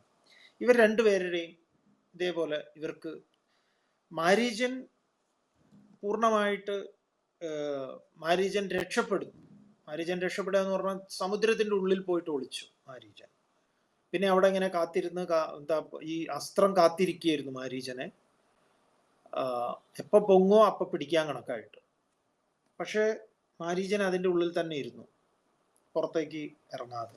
അവസാനം യാഗമൊക്കെ കഴിഞ്ഞു, ഈ 10 ദിവസത്തെ പരിപാടിയെല്ലാം കഴിഞ്ഞ് അവർ തിരിച്ചു പോയി കഴിഞ്ഞപ്പം സ്വാഭാവികമായിട്ടും അസ്ത്രം തിരിച്ച് രാമന്റെ അടുത്തേക്ക് ആവനാഴിയിലേക്ക് തന്നെ പോയി. അപ്പൊ മൂപ്പര് പതുക്കെ രക്ഷപ്പെട്ടു പോയതാണ്. പിന്നെ ഇനി മൂപ്പരെ കാണുന്നത് രാവണൻ വീണ്ടും അപേക്ഷിക്കുന്ന ഒരു സമയത്ത് അപ്പൊ പറയുന്ന മാരീചന്റെ രാവണനോട് പറയുന്ന കുറെ കാര്യങ്ങളുണ്ട്. അത് ഭയങ്കര കോമഡിയാണ്. അതൊക്കെ വരാൻ പോകുന്ന സന്ദർഭങ്ങൾ. അപ്പോൾ രാമൻ മാരീചനെ വധിച്ചിട്ടില്ല, മാരീചനെ ഒതുക്കിയിട്ടുണ്ട് ഇപ്പോഴത്തെ ഇതില്, യാഗത്തിന് ഭംഗമൊന്നും കൂടാതെ. ഇത് ഈ താടകയല്ല ഇതിന്റെ പ്രഭവ കേന്ദ്രം എന്ന് പറയുന്നത് രാവണനെ ആശ്രയിച്ച് നിലകൊള്ളുന്ന കുറെ കാമാദികളാണ്. അത് വലിയ കാമം എന്ന് പറയുന്നത് രാവണനാണ്. അതിൽ പ്രബലമായിട്ടുള്ള ഒന്നായിരുന്നു ഈ പറഞ്ഞ താടക, അതൊന്നായിരുന്നു. അപ്പൊ ഈ ആഗ്രഹങ്ങൾ നമ്മുടെ ഉള്ളിലേക്ക് വന്നു കഴിഞ്ഞാൽ അതിൻ്റെ പല തോതിലുള്ള നമ്മളെ തന്നെ ഉന്മൂലനം ചെയ്യാൻ ശക്തിയുള്ള ഒരുപാട് മറ്റു പലതും ഉണ്ട്. അതൊക്കെയാണ് ഇവിടെ ഈ ഓരോരോ അതിനെ അനുബന്ധമായി ആശ്രയിച്ച് നിൽക്കുന്നതാണ് ഈ സുബാഹുവും മാരീചനും ഒക്കെ. ഇവർക്ക് ഇഷ്ടം മാതിരി രൂപം മാറാനും വേഷം മാറാനും ശബ്ദം ഉണ്ടാക്കാനും എല്ലാം കഴിയുന്നവരാണ്. അത് മനോഹരമായിട്ടുള്ള വർണ്ണനകളാണ് അതൊക്കെ. അപ്പം അത് ഏത് രൂപവും ഇതിന് ധരിക്കാം എന്നുള്ളത്. അതുകൊണ്ട് ഈ നമ്മൾ നേരെയാക്കി എടുക്കുക എന്ന് പറയുന്ന ഒരു പ്രക്രിയ, അതൊരു നല്ല മെനക്കെട്ട ഒരു പണിയാണ്. അതുകൊണ്ടാണ് ഇതിനെ ഈ ആർട്ട് ഓഫ് മാൻ മേക്കിംഗ് എന്നൊക്കെ സ്വാമിജിയെ പോലുള്ളവർ പറയുന്നത്. ഇത് നമ്മളെ നിർമ്മിക്കുന്ന കല തന്നെയാണ്. നമുക്ക് മാത്രമേ നമ്മളെ ശരിയാക്കി എടുക്കാൻ സാധിക്കൂ. അപ്പൊ നമ്മളെ ട്യൂൺ ചെയ്യാനാണ് ഈ ഗ്രന്ഥം. രാമായണമാവട്ടെ, മഹാഭാരതമാവട്ടെ, ഭഗവത്ഗീത, ഏതും ഉപനിഷത്തുകളൊക്കെ തന്നെ നമ്മളെ ശരിയാക്കി എടുക്കുക എന്നുള്ളതാണ്. നമ്മളെ ശരിയാക്കേണ്ടത് ഇതുകൊണ്ട് തന്നെയാണ് നമ്മളെ ശരിയാക്കി എടുക്കേണ്ടത്. വേറെ എന്തെങ്കിലും ആണെങ്കിൽ നമുക്കിപ്പോൾ വല്ല മറ്റെന്തെങ്കിലുമൊക്കെ വന്ന് ചെയ്ത് തരാൻ നമുക്ക് വല്ല കോസ്മെറ്റിക് സർജറി അതും ഇതും ഒക്കെ ഉണ്ട്. ഇവിടേക്ക് അത്തരം സർജറി ഒന്നും പറ്റില്ല. ഈ സർജറി ചെയ്യാനുള്ള ടൂള് എന്ന് പറയുന്നത് ഇതാണ്, ഈ സ്ക്രിപ്റ്റേഴ്സ് ആണ്. ഇനി ബാക്കി ഭാഗങ്ങൾ നമുക്ക് വരുന്ന ദിവസങ്ങളിൽ നാളെ നമുക്ക് കാണാം. നിങ്ങൾക്ക് ഈ നമ്മുടെ ശബ്ദം ക്ലിയർ ആയിരുന്നോ എന്ന് അറിയില്ല. ഈ നെറ്റ്വർക്ക് ഇവിടെ പുവർ കണക്ഷൻ എന്നാണ് കാണിക്കുന്നത്. അപ്പോൾ ഹാൻഡ് റൈസ് ബട്ടൺ ഓപ്പൺ ആക്കാം, എന്നിട്ട് സംശയങ്ങൾ ചോദിക്കാം.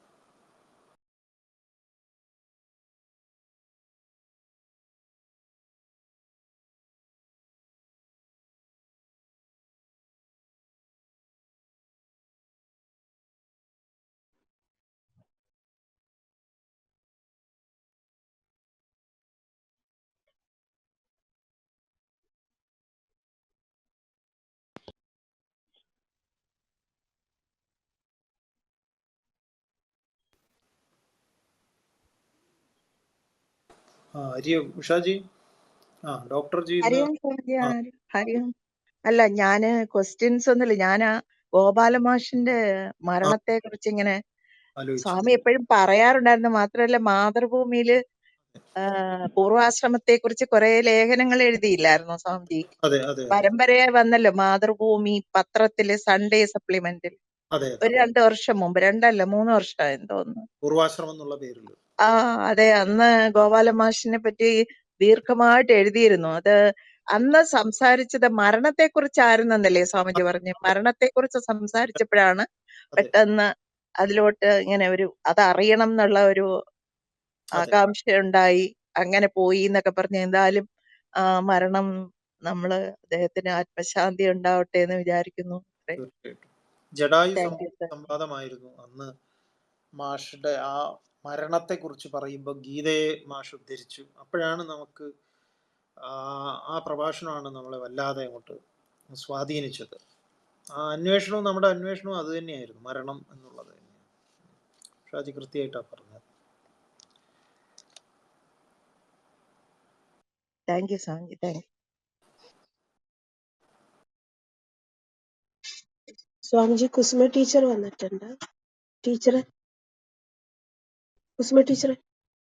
കുസുമത്തെ ഉഷാജിക്ക് മനസ്സിലായോ? ഉഷാജി ഇല്ല, ഞാൻ അങ്ങനെ ഒരാളിനെ മറ്റേ മാഞ്ചോട്ടിലും കണ്ടായിരുന്നു, പക്ഷെ എനിക്ക് ആളിനെ അറിയത്തില്ല. ലക്ഷ്മിയെ, നമ്മുടെ യുവകേന്ദ്രയിലൊക്കെ ഉണ്ടായിരുന്ന ലക്ഷ്മി, US-ലേക്കൊക്കെ പോയി. പിന്നെ ലക്ഷ്മിയുടെ അമ്മയും അച്ഛനും ഒക്കെ ഉഷാജിക്ക് അറിയാം, പറഞ്ഞാലറിയും.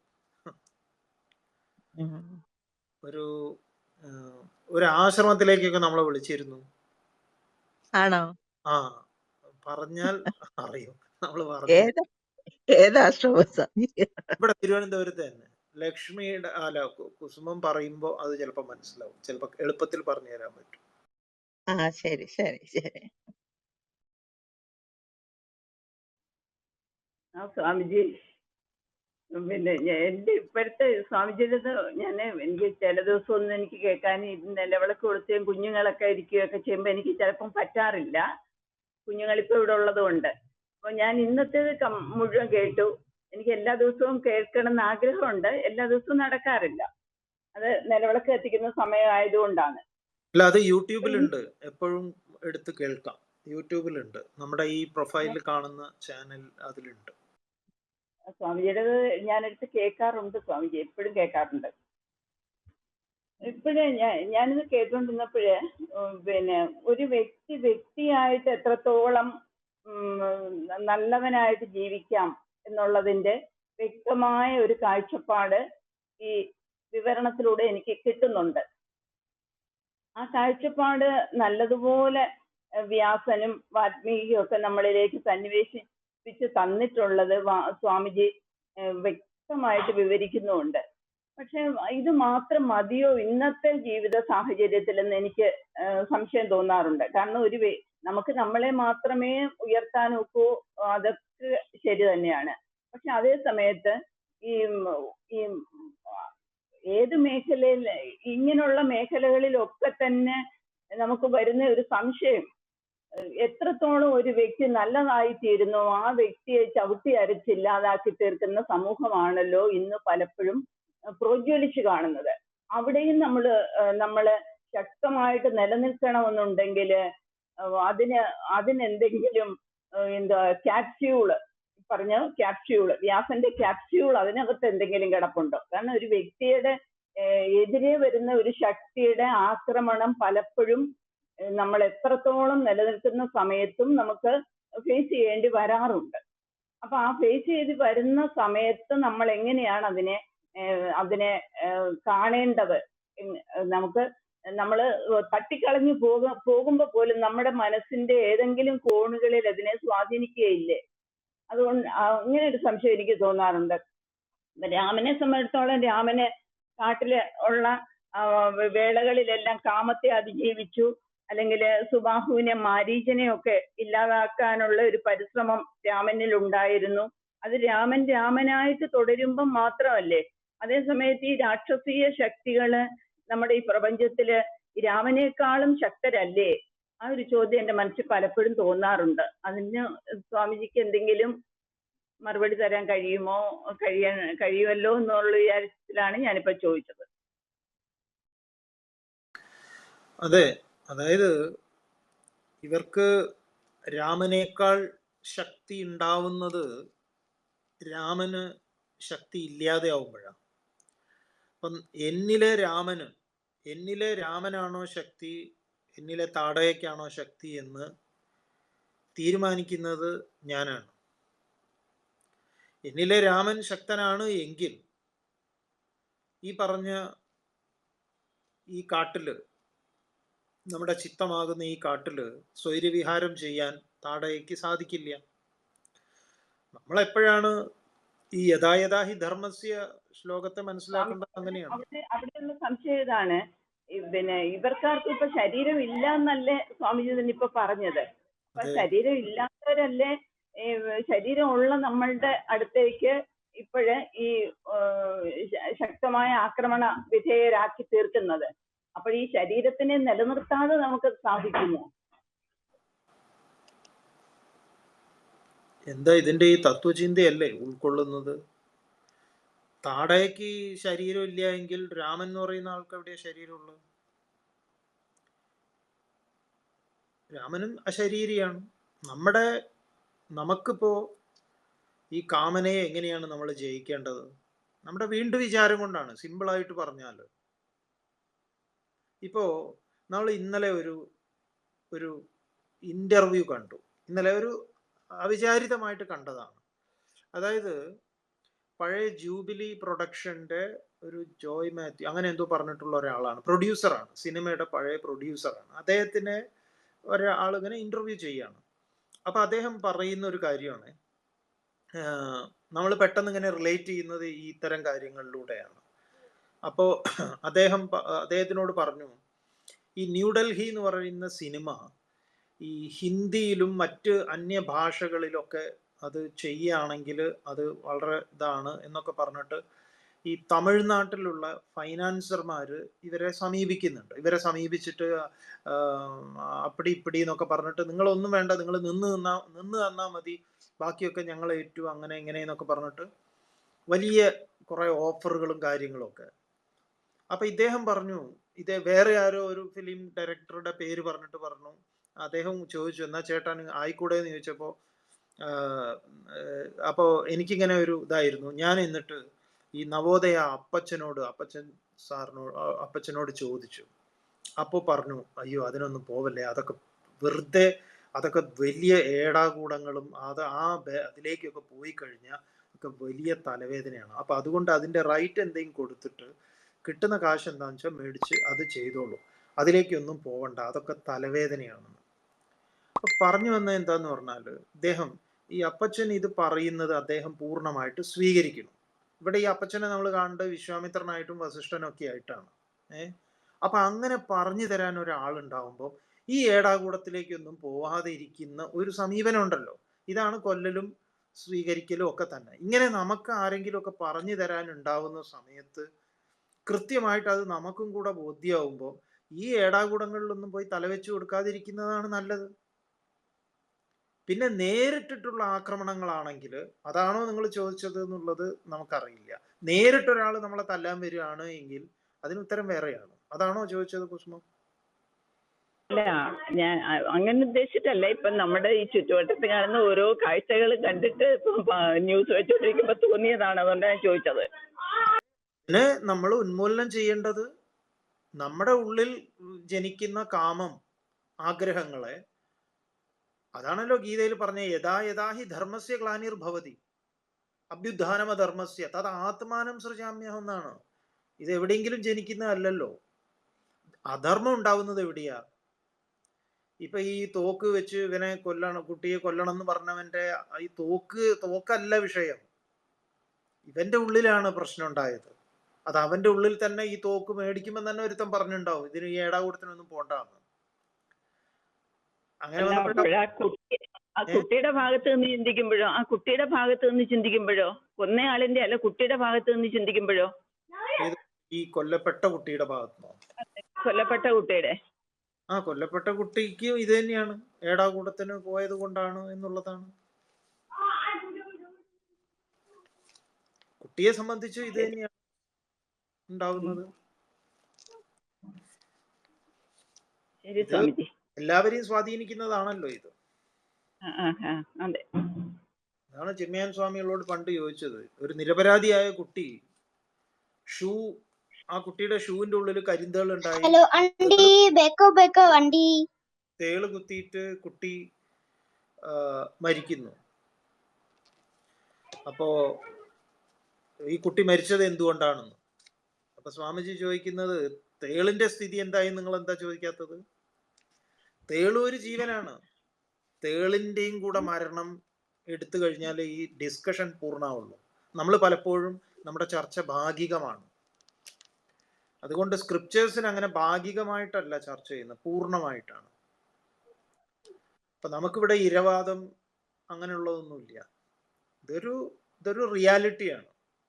ആ റിയാലിറ്റിയെ കുറിച്ച് പറയുമ്പോൾ അവിടെ ഇമോഷൻസിനൊന്നും സ്ഥാനമൊന്നും ഉണ്ടാവില്ല.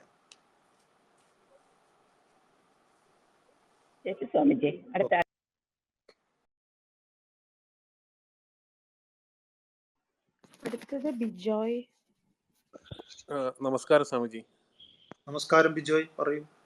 സ്വാമിജി, എൻ്റെ ഒരു ഡൗട്ട്, ഈ താടക എന്ന് പറയുന്നത് എനിക്കൊന്ന് ഇപ്പോഴത്തെ സമൂഹത്തിൽ നമുക്ക് ഡയറക്റ്റ് നിഗ്രഹിക്കാൻ പറ്റാതെ നമുക്ക് കൂടെ കൂട്ടി ചതിച്ച് നിഗ്രഹിക്കാൻ പറ്റുന്നതാണ് എനിക്ക് തോന്നിയത്. കാരണം താടകയില്ലാത്തൊരു എനിക്ക് തോന്നുന്നില്ല. എല്ലാവിടെയും ഈ കാമസ്വരൂപിണിയെല്ലാം താടക ഉണ്ടെന്നാണ് എനിക്ക് തോന്നുന്നത്. അപ്പം നമ്മൾ ചില കേസിലൊക്കെ നമുക്കതിനെ നിഗ്രഹിക്കാൻ പറ്റാത്ത സിറ്റുവേഷൻസ് ഉണ്ടാവില്ലേ? അതായത് അതിനെ ഒഴിവാക്കാൻ പറ്റാത്ത ഈ ചിന്തകളാ കാരണം ഈ സമൂഹത്തിൽ പോലും ഇതിനെ റെപ്രസെന്റ് ചെയ്യുന്നുണ്ട് ഭയങ്കരമായിട്ട്. അല്ലാതെ പറഞ്ഞിട്ടുണ്ടല്ലോ, നമ്മൾ ഇന്നലത്തെ ക്ലാസ്സിൽ പറഞ്ഞിട്ടുണ്ട്, ഇഷ്ടം ധർമ്മേഷു യോജയേത്ന. നമ്മുടെ താടകയെ ധർമ്മവുമായി യോജിപ്പിച്ച അത് നടക്കേണ്ടതാണോ എന്നുള്ളതാണ്. ആഗ്രഹങ്ങളെ പൂർണ്ണമായിട്ട് ഉന്മൂലനം ചെയ്യുക എന്നുള്ളതല്ല. ആഗ്രഹങ്ങൾ, അതാണ് ചതുർവിധ പുരുഷാർത്ഥത്തെ കുറിച്ച് ഇന്നലെ പറഞ്ഞത്. ധർമ്മം, അർത്ഥം, കാമം, മോക്ഷം. ഒന്നാമത്തെ പുരുഷാർത്ഥത്തിൽ നിന്ന് തന്നെയാണ് 2ഉം 3ഉം 4ഉം ഒക്കെ നേടേണ്ടത്. ധർമാനുസൃതമായ കാമം, ധർമാനുസൃതമായ അർത്ഥസമ്പാദനം, ധർമാനുസൃതമായി മോക്ഷം. എല്ലാറ്റിൻ്റെയും ഫൗണ്ടേഷൻ ധർമ്മമാണ്. ഓക്കെ, ഞാൻ ഇന്നലെ കേട്ടിട്ടുണ്ടായിരുന്നു സ്വാമിജി, എനിക്കിന്നും മനസ്സിലായി.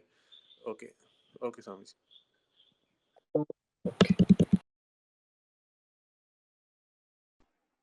സൗമ്യയാണ് അടുത്തത്. സൗമ്യ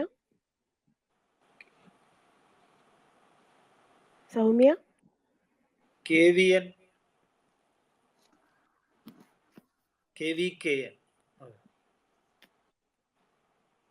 സൗമ്യ. സ്വാമിജി നമസ്കാരം. കേൾക്കുന്നുണ്ടോ? ഉണ്ടല്ലോ, കേൾക്കാം. സ്വാമിജി, ഇപ്പോ ഈ ആനുകാലിക സംഭവങ്ങളുമായി ബന്ധപ്പെടുത്തിയിട്ട് പറഞ്ഞില്ലേ, ഈ വെടിവെപ്പ് കേസുമായി ബന്ധപ്പെട്ട കേസാണ്. അതിൻ്റെ ഒരു സംശയം ഞാൻ ചോദിക്കുന്നതാണ്. യഥാർത്ഥത്തിൽ നമ്മുടെ സമൂഹത്തിൽ കുറേ കാലങ്ങളായിട്ട്, ഇപ്പോൾ ഈ അടുത്ത കാലത്ത് പ്രത്യേകിച്ച് ഈ ഗോവിന്ദച്ചാമി മുതൽ ഇങ്ങോട്ടുള്ള ഒരുപാട് സംഭവങ്ങൾ ശരിക്ക് നമ്മളെ നടുക്കുന്നത്, അതായത് ജിഷേൻ്റെതായാലും ഇങ്ങനെ ഒരുപാട് പറയാനില്ല. എല്ലാ ദിവസവും പത്രങ്ങളിൽ ഇങ്ങനെയുള്ള വാർത്തകൾ കൊണ്ട് നമ്മളെ വല്ലാതെ അസ്വസ്ഥരാക്കുന്ന ഒരവസ്ഥ കേരളത്തിലെ പത്രവായനക്കാർക്ക് പ്രത്യേകിച്ചും അനുഭവിക്കേണ്ടി വരുന്നു. അതല്ലാത്തവർക്ക് പ്രശ്നമില്ല. അപ്പോൾ ഇതിനെ ബേസിക്കായിട്ട് എന്ത് കാരണമാണ് സ്വാമിക്ക് ചൂണ്ടിക്കാണിക്കാനുള്ളത്? നമ്മളെ ഒരു ബോധതലത്തിൽ, ഈ നമ്മൾ ചെറുപ്പത്തിൽ നമ്മളെ ബ്രോട്ടപ്പ് ചെയ്യുന്ന അവസരത്തിൽ സ്വാഭാവികമായിട്ടും ഒരു അപാകത, എവിടെയൊക്കെയോ പ്രശ്നങ്ങളില്ലേ ശരിക്കും പറഞ്ഞാൽ നമ്മളെ സമൂഹത്തിനാകെ. ഇതെല്ലാവരുടെയും ഉണ്ട്. ഇത് ഈ പറഞ്ഞ ഒറ്റപ്പെട്ട സംഭവങ്ങൾ മാത്രമൊന്നുമല്ല. നമ്മൾ ബസ്സുകളിൽ യാത്ര ചെയ്യുമ്പോൾ നമ്മൾ എവിടെ തിരിഞ്ഞ് നോക്കിയാലും എവിടെയെല്ലാം പ്രശ്നങ്ങൾ, ബസ്സിലൊക്കെ സ്ഥിരം അക്രമങ്ങൾ നടക്കുകയാണ്. ഈ സ്ത്രീകൾക്ക് നേരെയുള്ള അതിക്രമങ്ങൾ ഒരുപാട് നിത്യേന നടന്നുകൊണ്ടിരിക്കുകയാണ്. അപ്പോൾ ഇതിന് ശരിക്കും പറഞ്ഞാൽ നമ്മളെ ഒരു ചെറുപ്പത്തിൽ തന്നെ ഈ സ്ത്രീകളോടുള്ള നമ്മളെ സമീപനത്തിലൊക്കെ ഒരുപാട് മാറ്റങ്ങൾ വരുത്തേണ്ടതില്ലേ? ആ രീതിയിലുള്ള ഒരു ബോധം ജനങ്ങളിൽ വളർത്തിയെടുക്കേണ്ട ഒരു ഉത്തരവാദിത്തം സമൂഹത്തിനില്ലേ? പിന്നെ നമ്മൾ പുരാണങ്ങൾ പലതും നമ്മൾ വായിക്കുമ്പോൾ യഥാർത്ഥത്തിൽ സ്ത്രീ വിരുദ്ധമായിട്ട് നമുക്ക് പലപ്പോഴും, ഇപ്പോൾ രേണുക പരശുരാമൻ്റെ അമ്മയെ കൊന്ന ഒരു കാര്യം, ആ രേണുകയെ കൊന്നതിൻ്റെ കാരണം കേട്ടിട്ടുണ്ട്. നമുക്ക് ശരിക്കും അത്ഭുതം. അതൊക്കെ ഒരു സ്ത്രീ വിരുദ്ധ പരാമർശമായിട്ട് എനിക്ക് പലപ്പോഴും തോന്നിയിട്ടുണ്ട്. അതുകൊണ്ട് ഞാൻ പറയാം, പ്രധാനപ്പെട്ട ഇപ്പോൾ പല വായനകളിലും എനിക്ക് തോന്നിയിട്ടുള്ള ഏറ്റവും പ്രധാനപ്പെട്ട ഒരു കാര്യമായിരുന്നു ഈ ജമദഗ്നി മഹർഷീൻ്റെ ഭാര്യയെ കൊന്നത്. ഇപ്പോൾ പരശുരാമനെ മറ്റു മക്കളോടെല്ലാം കൊല്ലാൻ വേണ്ടി പറഞ്ഞു, അയാൾ നിഷേധിച്ചു. അവസാനം പരശുരാമനാണ് കൊല ചെയ്തത്. അതിൻ്റെ കാരണം അന്വേഷിക്കുമ്പോഴാണ് എന്താണ് ആ സ്ത്രീ ചെയ്ത് തെറ്റി എന്നുള്ളതാണ്. വെള്ളം എടുക്കാൻ വേണ്ടി പോയി, ആ നദിക്കരയിൽ പോയപ്പോൾ കാർത്തവീര്യാർജുനൻ കുറേ ഭാര്യമാരും ചേർന്ന് കുളിക്കുന്നു, വെള്ളം കലങ്ങി മറിഞ്ഞു കിടക്കുന്നു. അപ്പോൾ ശുദ്ധമായ വെള്ളം കിട്ടുന്നില്ല. കുറേ കൂടി മേലെ പോയി നോക്കാമെന്ന് വിചാരിച്ചു. ആ സ്ത്രീ മേലോട്ട് നടന്നപ്പോൾ അവിടെ എന്താണ്, ചിത്രരഥനും അയാളുടെ ഭാര്യ, വളരെ സുന്ദരിയായ ഭാര്യയും അയാളും അതുപോലെ നല്ല സുന്ദരനായിരുന്നു. അത് കണ്ട് കുറച്ച് സമയം ആ സ്ത്രീ നോക്കി നിന്നു. അതാണ് ലേറ്റായത്. അപ്പോൾ ഇയാൾ വനവിഭവങ്ങളും മറ്റും ശേഖരിക്കാൻ വേണ്ടി പോയ മഹർഷി ആശ്രമത്തിലെത്തി നോക്കുമ്പോൾ രേണുയെ കാണാനില്ല, വെള്ളം കിട്ടിയിട്ടില്ല. അപ്പോൾ അതിനുള്ള ഇത് വിഷമിച്ചിരിക്കുമ്പോഴാണ് ഈ സ്ത്രീ കയറി വന്നത്. ആകപ്പാടെ വന്ന ഉടനെ തന്നെ പക്ഷേ രേണുക എന്ത് ചെയ്തെന്ന് പറഞ്ഞാൽ ഈ സത്യം മുഴുവൻ തുറന്ന് പറഞ്ഞു എന്നുള്ളതാണ്. ഇതാണ് സംഭവിച്ചത്, ഞാൻ അവിടെ കുറച്ച് സമയം നോക്കി നിന്നുപോയി എന്ന് പറഞ്ഞു. ഇതാണ് ആ സ്ത്രീ ചെയ്ത തെറ്റ്. ഈ കഥയൊക്കെ വായിച്ച് നമ്മളെ പുരാണങ്ങളിലുള്ള പല കാര്യങ്ങളും വായിച്ച് മനസ്സിലാക്കുമ്പോൾ സ്ത്രീകളോടുള്ള സമീപനത്തിൽ നമ്മുടെ ഈ വളരുന്ന തലമുറക്ക് ഉണ്ടാവുന്ന അതും കൂടി ഇതിൽ ഉൾപ്പെടുത്തേണ്ടതല്ലേ? ഇത്തരം കാര്യങ്ങളൊക്കെ നമുക്ക് കുഞ്ഞുങ്ങൾക്കടക്കം പറഞ്ഞു കൊടുക്കേണ്ടതുണ്ടോ ഇത്തരം കഥകൾ എന്നൊരു സംശയം സ്വാമിജിയോട് ഞാൻ ചോദിച്ചതാണ്. സോറി. ഓക്കെ. ഈ കഥകൾ കേട്ടിട്ടാണ് ബസ്സിൽ ആൾക്കാർ പീഡിപ്പിക്കുന്നതെന്ന് അങ്ങേക്കൊരു അഭിപ്രായം ഉണ്ടോ? ഇല്ല, അങ്ങനെയില്ല. അതൊക്കെ കേട്ടാണ്. അതായത് സ്ത്രീകളോടുള്ള നമ്മളെ മനോഭാവത്തിൽ അതൊരു അങ്ങനെ സൃഷ്ടിക്കും. ഇപ്പോൾ ഉദാഹരണത്തിന് പിന്നെ പല മതവിഭാഗങ്ങളുടെയും പഠനത്തിൽ വളരെ കുട്ടിയായിരിക്കുമ്പോൾ പഠിപ്പിക്കുന്നതാണ് അവരെ വളർന്നു വരുമ്പോൾ അവരെ വലിയ തീവ്രവാദികൾ ഉൾപ്പെടെ ആക്കുന്നതെന്ന് എനിക്ക് തോന്നാറുണ്ട് പലപ്പോഴും. കാരണം ആ രീതിയിലുള്ള പഠനങ്ങളാണ് ശാസ്ത്രീയമായി ഒരടിസ്ഥാനവുമില്ലാത്ത കാര്യങ്ങൾ കുട്ടികളുടെ ബോധതലത്തിലേക്ക് അടിച്ചേൽപ്പിക്കുമ്പോൾ ഉണ്ടാവുന്ന അതിൻ്റെ ഒരു പ്രതിഫലനമായിട്ട് വേണം നമ്മളിത് കാണാൻ എന്നുള്ള ഒരു അഭിപ്രായം എനിക്ക് തോന്നാറുണ്ട്. അതാണ് ഞാൻ സംശയം ചോദിക്കുന്നത്. ഇത്തരം പ്രശ്നങ്ങൾ ഇതിലിത്രയേ ഉള്ളൂ. കഥകളുടെ പിറകിലുള്ള തത്വത്തെ പറഞ്ഞു കൊടുക്കാതെ വെറും കേവലം വാച്യാർത്ഥം മാത്രം ആണ് പഠിപ്പിക്കുന്നതെങ്കിൽ ആ വാച്യാർത്ഥത്തിലൂടെ കുട്ടികൾക്ക് അല്ലെങ്കിൽ അത് സംശയങ്ങൾ വർദ്ധിക്കുക ചെയ്യുക. പക്ഷേ വാച്യാർത്ഥത്തിനപ്പുറത്ത് മൂല്യബോധം കുട്ടികളിൽ ഉണ്ടാക്കുന്നുണ്ട്. സാധാരണ ഇത്തരം പുരാണ കഥകളൊക്കെ പലപ്പോഴും കുട്ടികളുടെ ഇതിലേക്ക് വരുന്ന സമയത്ത്, ഇപ്പോൾ സത്യവാൻ സാവിത്രി ആണെങ്കിലും ഇത്തരം സംഗതികളിലൊക്കെ അത്തരം മൂല്യത്തെ ഉണർത്തുന്നതിന് വേണ്ടി, ആ മൂല്യബോധത്തിനനുസരിച്ച് ജീവിക്കുന്നതിന് വേണ്ടിയൊക്കെയാണ് പലപ്പോഴും ഉപയോഗിക്കപ്പെട്ടിട്ടുള്ളത്. ഇത്തരം കഥകളൊന്നും കേട്ടിട്ടാരും ആരെയും കൊന്നത് അല്ലെങ്കിൽ ഇങ്ങനെ ചെയ്തു എന്നൊന്നും പറയുന്നത് നമ്മൾ ഇതുവരെ കേട്ടിട്ടില്ല. നമുക്ക് നമുക്ക് ഇതുവരെ അങ്ങനെ ഒരു ഇത് ഉണ്ടായിട്ടില്ല. അപ്പൊ ഇന്ന കഥ ഞാൻ വായിച്ചപ്പോൾ എനിക്ക് ഇങ്ങനെ തോന്നി ചെയ്യണം എന്ന്. അങ്ങനെയാണെങ്കിൽ ഭാഗവതം വായിച്ചിട്ടും മഹാഭാരതം വായിച്ചിട്ടും കുറെ പേര് അമ്മാവന്മാര് കൊന്നിട്ടുണ്ടാവണം. ഏതെങ്കിലും ഒരു മരുമകൻ, അമ്മാവനെ കൊന്ന മരുമകൻ ഒരു കോടതിയിലും ഇതുവരെ പറഞ്ഞിട്ടില്ല കംസനെ കൃഷ്ണൻ കൊന്നത് കാരണമാണ്, അങ്ങനെ എനിക്ക് തോന്നി എൻ്റെ അമ്മാവനെ കൊല്ലാം എന്ന്. ഇതുവരെ അങ്ങനെ ഒരു കേസ് ഉണ്ടായിട്ടില്ല.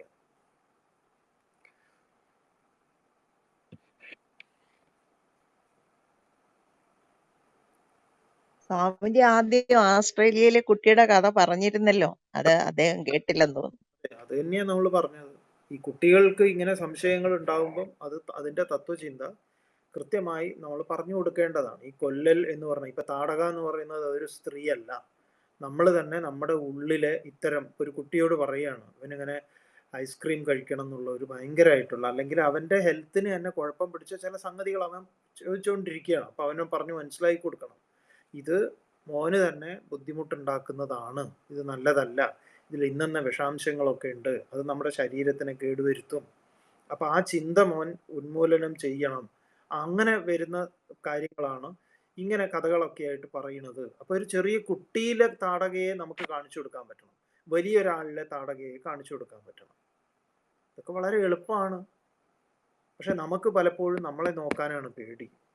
നമ്മളെ നേരെയാക്കാൻ, നമുക്ക് നാട്ടുകാരെ നേരെയാക്കാൻ ഭയങ്കര ഇഷ്ടമാണ്, നമ്മളെ നേരെയാക്കാൻ നമുക്ക് അത്ര താല്പര്യമില്ല. അതാണ് ഇവിടെ പ്രശ്നം. സമൂഹം മൊത്തം ഇങ്ങനെയാണ്, കുഴപ്പമാണെന്നൊന്നും നമ്മൾ പറയില്ല. സമൂഹത്തിൽ എക്കാലത്തും ഉണ്ട് ഇത്തരം അനീതികളും ഇതൊക്കെ. പക്ഷെ ധാർമ്മികമായ എത്രയോ സത്കർമ്മങ്ങൾ ഇവിടെ അനുസ്യൂതം നടന്നുകൊണ്ടിരിക്കുന്നുണ്ട് ഇതേ സമൂഹത്തിൽ തന്നെ. മറ്റത് വളരെ കുറച്ചാണ്. ഇന്നിപ്പോ എന്താ പറയുക, നമുക്ക് വാർത്താ മാധ്യമങ്ങളൊക്കെ വളരെ കുറേം കൂടെ നമ്മുടെ വിരൽ തുമ്പിൽ ലോകത്തെ ഏത് കാര്യവും നമുക്കറിയാൻ സാധിക്കുന്നു എന്നുള്ളത് കൊണ്ട് അറിയുന്നു. നെഗറ്റീവായിട്ടുള്ള കാര്യങ്ങൾക്കാണ് വാർത്ത എന്ന് പറഞ്ഞാൽ അങ്ങനെയാണ്. ബെർണാഡ് ഷാ പറഞ്ഞിട്ടുണ്ടല്ലോ, ഒരാളെ നായ കടിച്ചു എന്നുള്ളത് ഒരിക്കലും ഒരു വാർത്തയല്ല. ഒരാൾ നായയെ കടിക്കണം, അപ്പോഴേ അത് വാർത്തയാവുന്നുള്ളൂ. ഒരു മനുഷ്യൻ നായയെ കടിച്ചു എന്ന് പറയുന്നതാണ് വാർത്ത, അല്ലാതെ നായ മനുഷ്യനെ കടിച്ചാൽ എന്ത് വാർത്തയാ? അത് വാർത്തയല്ല.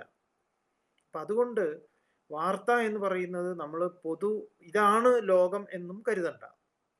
പക്ഷെ പല വാർത്തകളും നമ്മളെ നടുക്കുന്നു എന്ന് പറയുന്നിടത്താണ് നമ്മൾ ഇതിനെ അഡ്രസ് ചെയ്യുന്നത്.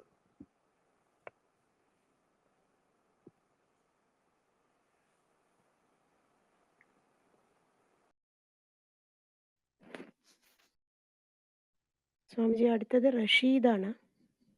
മറ്റേ സൗമ്യയുടെ ഒന്ന് മൈക്ക് അൺമ്യൂട്ട് ചെയ്യാൻ പറ്റുമോ നോക്കൂ നമുക്ക്, അപ്പോഴേ അവർക്ക് സംസാരിക്കാൻ പറ്റുമോ? നമ്മൾ മ്യൂട്ട് ചെയ്താ ഇല്ല, പറ്റുന്നില്ല. അവരുടെ കുഴപ്പമാണ്. അതെ, അപ്പൊ റഷീദിനോട് സൗമ്യ അൺമ്യൂട്ട് ചെയ്തിട്ടുണ്ട് സ്വാമിജി. റഷീദ് ഒരു മിനിറ്റ്. സ്വാമിജി നമസ്തേ. എനിക്ക് ചോദിക്കാനുള്ളത്, പിന്നെ സ്വാമിജി ഒറ്റ വാചകത്തിൽ ഈ പഞ്ചബാണങ്ങളെ പറ്റി ഒന്ന് പറഞ്ഞു. അതൊന്ന് എസ്പെഷ്യലി മൂന്നാമത്തത് ഈ ചെവിയുടെ പിന്നെ അടുത്തതും അതൊന്ന് കുറച്ചും കൂടി ഒന്ന് വിശദീകരിക്കാൻ പറ്റുമോ എന്നുള്ളതാണ്. സ്വാമിജി കേൾക്കുന്നുണ്ടോ? ബാണങ്ങൾ 5 എന്ന് പറഞ്ഞാൽ ഒന്നും കൂടെ അതോ ജസ്റ്റ് ഒറ്റ വാചകത്തിലാണ് സ്വാമിജി അത് ഫുൾ പറഞ്ഞു തീർത്തത്? ഒന്നും കൂടെ ജസ്റ്റ് ഒന്ന് വിശദീകരിക്കാൻ പറ്റുമെന്നാണ് അറിയേണ്ടത് എനിക്ക്. ഉന്മാദന സ്ഥാപനശ്ച എഴുതുന്നുണ്ടെങ്കിൽ എഴുതിക്കോളൂ. ഉന്മാദനം എന്ന് പറഞ്ഞാൽ അറിയാലോ. ഉന്മാദന സ്ഥാപനശ്ച ശോഷണ സ്തംഭനസ്തദാ. ശോഷണ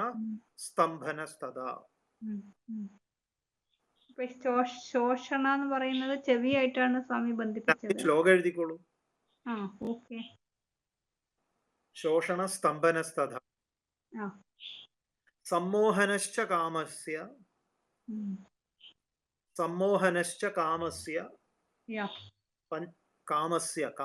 കാമന്റെ എന്നാണ് ഷഷ്ടി ഏകവചനം. പഞ്ചബാണ പ്രകീർത്തിത. അപ്പോ ഉന്മാദനം എന്ന് പറഞ്ഞാൽ എന്താ? ആക്ച്വലി സ്പീക്കിംഗ് മനസ്സിന്റെ ഒരു പ്രശ്നമാണല്ലോ ഉന്മാദനം. കറക്കുന്നതാണ്. അതായത് നമ്മുടെ രസന വഴി ഉന്മാദം ഉണ്ടാക്കുന്ന ലഹരി പാനീയങ്ങളൊക്കെ ഉന്മാദനമാണ്. അതാണ് ഒന്ന്. താപനം എന്ന് പറഞ്ഞാൽ ത്വക്കിനാണ് താപനം ഉണ്ടാകുന്നത്. ശോഷണം എന്ന് പറയുന്നത് ശബ്ദത്തിനാണ്. ശോഷണം ശോഷിപ്പിക്കുന്നു നമ്മുടെ. സ്തംഭനം ഗന്ധം, നാസികയെ. സമ്മോഹനം കണ്ണിന്, രൂപത്തെ മോഹിപ്പിക്കുന്നു. ഇങ്ങനെ ശബ്ദസ്പർശ രസരൂപ ഗന്ധങ്ങളാകുന്ന 5 ഇന്ദ്രിയങ്ങളെ മോഹിപ്പിക്കുന്നതാണ് ഈ കാമബാണങ്ങൾ 5 എണ്ണം. പറഞ്ഞിട്ടുണ്ടല്ലോ. വളരെ ക്ലിയർ ആയി. ആ 5 കാമാശ്രമം. ഓക്കെ സ്വാമിജി, ഒരു കാര്യം കൂടി ചോദിച്ചോട്ടെ ഞാന്. അതായത് ഹലോ, കേൾക്കുന്നുണ്ടോ? പറയൂ. അത് പിന്നെ ഇന്നലെ പറഞ്ഞതാണ് ഈ ശംഖചക്രങ്ങളാണ് ഭരത ശത്രുഘ്നന്മാരായിട്ട് അവതരിച്ചതെന്ന്. അതിന് എന്തെങ്കിലും ഒരു വ്യാഖ്യാനമുണ്ടോ അതില്? അത് ഈ പറഞ്ഞ രൂപങ്ങളെ കുറിച്ച് പറഞ്ഞപ്പോ പറഞ്ഞിട്ടുണ്ടല്ലോ, ശംഖ് ജലതത്വമാണ്, അഗ്നിതത്വമാണ് എന്നൊക്കെ. അത് ഞാൻ മിസ് ചെയ്തിട്ടുണ്ടാവും. അത് ഞാൻ കേട്ടോളാം എന്നാൽ. Okay, thank you Swamiji. Thanks.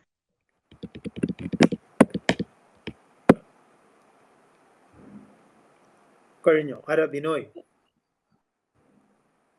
നമസ്കാരം സ്വാമിജി. നമസ്കാരം. സ്വാമിജി, ഇവിടെ കാമനകളെ കുറിച്ച് പറഞ്ഞപ്പോ ഗീതയിൽ പറഞ്ഞത് ഓർക്കുന്നുണ്ടായിരുന്നു. ധർമ്മ അവിരുദ്ധോ ഭൂതേഷു കാമോസ്മി ഭരതർഷഭ. അവിടെ ഈ കാമനകളെ തന്നെ നല്ലതും ചീത്തയും കാമനകളിലും ഉണ്ട് എന്നുള്ള രീതിയിൽ പറഞ്ഞിട്ടുണ്ടായിരുന്നു. അതാണ് നമ്മൾ പറഞ്ഞത്. ആ രീതിയിൽ ഇവിടെ ഇഷ്ടം നമ്മുടെ ധർമ്മത്തിൽ യോജിപ്പിക്കണം എന്ന് പറഞ്ഞാൽ ഇഷ്ടം ധർമ്മേഷു യോജയേ. നമ്മുടെ ആഗ്രഹത്തെ, കാമം എന്നുള്ളത് വിവിധ പുരുഷാർത്ഥത്തിൽ ഒന്നാണ്. ധർമ്മം, അർത്ഥം, കാമം. അപ്പൊ അത് ഗീതയിൽ പറയുമ്പോൾ ധർമ്മോ വിരുദ്ധോ, ധർമ്മത്തിന് വിരുദ്ധമല്ലാത്ത കാമം ഞാനാണ്. കോൺട്രഡിക്ഷൻ ഒന്നുമില്ല. അന്നേരം അവിടെ ഒരു സെലക്ഷൻ നടക്കണം അല്ലേ? അല്ല, നമ്മുടെ ആഗ്രഹം, കാമം എന്ന് പറഞ്ഞാൽ ആഗ്രഹം എന്നാണ്. ആ ആഗ്രഹം ധാർമ്മികമായിരിക്കണം. ധാർമ്മികമായിട്ടാണെങ്കിൽ നിങ്ങൾ കോടാനുകോടി സമ്പാദിച്ചോളൂ, തെറ്റൊന്നുമില്ല. അർത്ഥത്തെ നേടാം. ധർമാനുസൃതമായി നിങ്ങൾക്കൊരു സ്ത്രീയെ കാമിക്കാം, തെറ്റല്ല. അത് ധർമ്മം എന്നുള്ളത് പ്രധാനമാണ്. മനസ്സിലായി.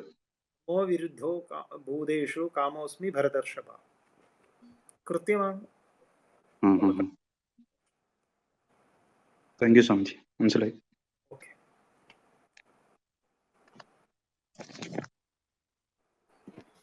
സ്വാമിജി, റഷീദ് ഉണ്ടായിരുന്നു, ഇപ്പൊ കാണാനില്ല.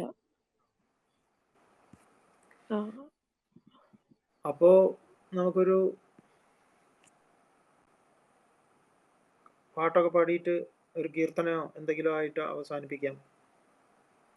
ബിജോയ് എന്ന് പറഞ്ഞ ആരും ഉണ്ടോ? സംസാരിച്ചോ? സംസാരിച്ചു സ്വാമി.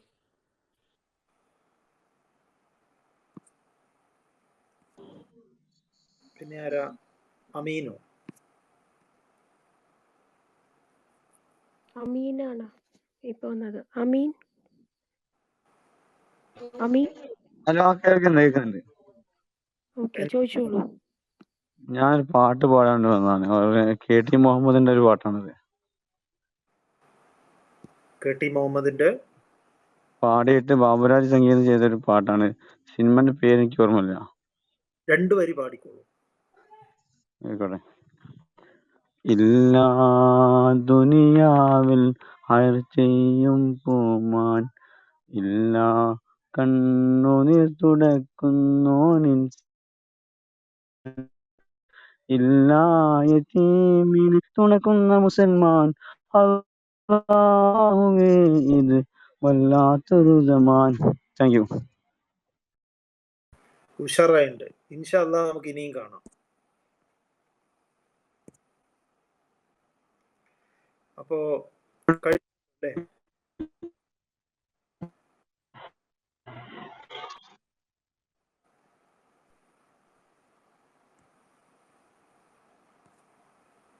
അപ്പൊ ഇനി ആരാണ് സ്വാമി രണ്ടുപേരും? ഓ ഒരു കാ- എന്താ ബിജോയ്? ബിജോയ്, ഞാൻ ഓൾറെഡി ചോദിച്ചതാണ്. ഒരു ഡൗട്ടും കൂടി ചോദിച്ചോട്ടെ? പറയൂ. ഒരു എക്സാമ്പിൾ വെച്ച് ചോദിക്കാം. ഇപ്പം നമ്മൾ പല വീടുകളിലും നമുക്ക് ഒരു മാനസിക സന്തോഷത്തിന് വേണ്ടിയിട്ട് നമ്മൾ വളർത്തു മൃഗങ്ങൾ, അതായത് നമുക്ക് ബെനിഫിറ്റ് ഒന്നും കിട്ടാത്ത ഫിഷ് ടാങ്കുകൾ, പിന്നെ വളർത്തു മൃഗങ്ങളൊക്കെ നമ്മൾ വളർത്തുന്നുണ്ട്. അപ്പോൾ ശരിക്കും അത് നമ്മളിങ്ങനെ അത് ശരിക്കും നമ്മളെ മോഹിപ്പിച്ചിട്ട് കൊണ്ടുവരുന്ന സംഭവമല്ലേ? അത് ശരിക്കും തെറ്റല്ലേ? കാരണം ആ ജീവിനെ നമ്മൾ കഷ്ടപ്പെടുത്തുന്നത് തന്നെയല്ലേ? അല്ല, ഇത് പല ഇതുണ്ട്. ഇപ്പോ ഈ അലങ്കാര മത്സ്യങ്ങൾ എന്ന് പറയുന്നത് അത് അക്വേറിയത്തിൽ മാത്രം ജീവിക്കുന്നതാണ്. അതിപ്പോൾ പുഴയിലിട്ട് കഴിഞ്ഞാൽ അത് ചിലപ്പം അതിന് ജീവിക്കാൻ പറ്റില്ല. അതുപോലെ തന്നെയാണ് ഈ ലവ് ബേർഡ്സ് എന്നൊക്കെ പറയുന്നത്. നമ്മുടെ കൂട്ടിൻ്റെ ഉള്ളിൽ മാത്രമാണ് അത് കഴിയുക. അത് പുറത്ത് വിട്ട് കഴിഞ്ഞാൽ അതിന് കാക്കുകൊത്തുകയും അതുപോലെ അതിന് ഉടനെ അങ്ങനെ പുറത്ത് സർവൈവ് ചെയ്യാൻ പറ്റുന്നതല്ല ഇങ്ങനെയുള്ള പലതും. പിന്നെ നമ്മൾ പൂച്ച, നായ ഇങ്ങനെയൊക്കെ ഓരോന്നിനെ വളർത്തണം, അതിന് ഭക്ഷണമൊക്കെ കൊടുക്കണം. പിന്നെ അക്വേറിയത്തിൽ മറ്റു ഇതിനെയൊക്കെ ഈ ഫൈൻഡിങ് നീമോ എന്ന് പറയുന്ന ഒരു സിനിമ ഉണ്ട്. അത് കണ്ടു കഴിഞ്ഞാൽ പിന്നെ നമ്മൾ അക്വേറിയം മീനിനെ വളർത്തില്ല. നല്ലൊരു ഒരു കുട്ടി, ഇപ്പോൾ ഏതെങ്കിലും കുട്ടികൾ ഇപ്പോൾ വീട്ടിൽ അക്വേറിയം വേണമെന്ന് പറഞ്ഞ് ശാഠ്യം പിടിക്കുന്നുണ്ടെങ്കിൽ ആ കുട്ടിയെ കാണിച്ചു കൊടുക്കുക. നമുക്കൊരു സിനിമ കാണാം, എന്നിട്ട് നമുക്ക് അക്വേറിയം മേടിക്കാമെന്ന് പറഞ്ഞാൽ മതി. എന്നിട്ട് ആദ്യം ഈ ഫൈൻഡിങ് നീമോ എന്ന് പറഞ്ഞിട്ട് ഒരു കാർട്ടൂൺ മൂവിയാണ്, നല്ല മൂവിയാണ്, വളരെ ലോകപ്രശസ്തമായിട്ടുള്ളൊരു കുട്ടികൾ കാണേണ്ടതാണത്. അത് കാണിച്ചു കൊടുത്താൽ മതി. പിന്നെ ഈ പറഞ്ഞതുപോലെ ഇതിൽ രണ്ട് ഇതുള്ള അഭിപ്രായമുള്ള ആളുകളുണ്ട്. നമുക്കിപ്പോൾ ഈ പൂച്ചയൊക്കെ എന്ന് പറഞ്ഞാൽ നമ്മളെ ആശ്രയിച്ച് ജീവിക്കുന്ന ജീവികളാണല്ലോ. നമ്മളെന്തെങ്കിലും കൊടുത്താൽ അത് കഴിച്ച്, നായ്ക്കൾ ഇതൊക്കെ നമ്മളെ ആശ്രയിച്ച് ജീവിക്കുക, അതിന് സ്വന്തമായിട്ട് പോയിട്ട്. പിന്നെ ഉണ്ട് പൂച്ചകളൊക്കെ ഈ മാർക്കറ്റിലും, എന്നാലും നമ്മളെ മനുഷ്യനെ ആശ്രയിക്കുന്നുണ്ട്. ഇപ്പോൾ എലിയൊന്നും പിടിക്കുന്ന പൂച്ചകൾ കുറവാണ്. അപ്പോൾ അങ്ങനെയുള്ളതിനൊക്കെ എന്തെങ്കിലുമൊക്കെ ഭക്ഷണമൊക്കെ കൊടുത്ത് അതിനെ അങ്ങനെ വളർത്തുന്നു എന്നുണ്ടെങ്കിൽ അതിൽ തെറ്റൊന്നുമില്ല. ഈ പറഞ്ഞ ആനയൊക്കെ കാട്ടുന്ന പിടിച്ച് ഇവിടെ കൊണ്ടുവന്ന് അമ്പലപ്പറമ്പിലും അവിടെ ഇവിടെയും കറക്കുന്നതും അതൊക്കെ തെറ്റ് തന്നെയാണ്. അത്തരം കാര്യങ്ങളൊക്കെ നമ്മൾ വിനോദത്തിന് വേണ്ടി ചെയ്യുന്ന, മൃഗങ്ങളുടെ മേലിൽ കാണിക്കുന്ന സർക്കസ്, ഇത്തരം കാര്യങ്ങളൊക്കെ ഒരു അനീതി തന്നെയാണ്. ഓക്കെ സ്വാമി, ഞാൻ ആ ഫൈൻഡിങ് നീമോ കണ്ടായിരുന്നു. അപ്പം ഞാൻ ഈ അക്വേറിയം മത്സ്യങ്ങളൊക്കെ കാണാറുണ്ട്. അപ്പം ശരിക്കും നമ്മൾ ഈ ഡൊമസ്റ്റിക് ആനിമൽ എന്ന് പറയുന്നത് മനുഷ്യൻ അതിനങ്ങനെ ആക്കിയെടുത്തതല്ലേ എന്ന് ഞാൻ വിചാരിക്കാറുണ്ട്. അപ്പം ഓക്കെ, അതുകൊണ്ട് ഞാൻ ചോദിച്ചതാണ്. ഓക്കെ. അല്ല, പിന്നെ പലതും നമുക്ക് നല്ലൊരു അതിനും അതിൻ്റെതായിട്ടുള്ള ഒരു ബാക്കി കാര്യങ്ങളൊക്കെ കിട്ടുന്നുണ്ടല്ലോ. ഓക്കെ ഓക്കെ സ്വാമി, അത് ഓക്കെ.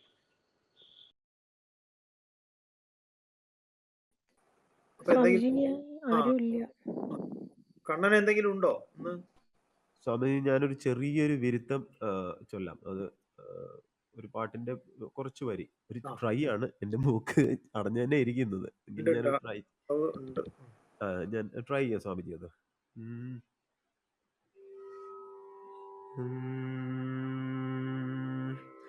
കൊന്നപ്പൂക്കളിൽ നിന്റെ കിങ്ങിണി നറും മന്ദാര പുഷ്പങ്ങളിൽ നിന്മന്ദസ്മിത കാന്തി നിൻമിഴികളിന്നീശങ്കു പുഷ്പങ്ങളിൽ നിന്മൈ ശോഭകളിന്ദ്രനീലമുഖിലിൽ പട്ടാട പൊൻവെയിലും കണ്ണാവേറൊരു പുണ്യമെന്ത് മിഴികൾക്കെന്നും ഭവത് ദർശനം. സ്വാമിജി, ഉഷാറായിട്ടുണ്ട്, ഉഷാർ. നന്ദി സ്വാമിജി.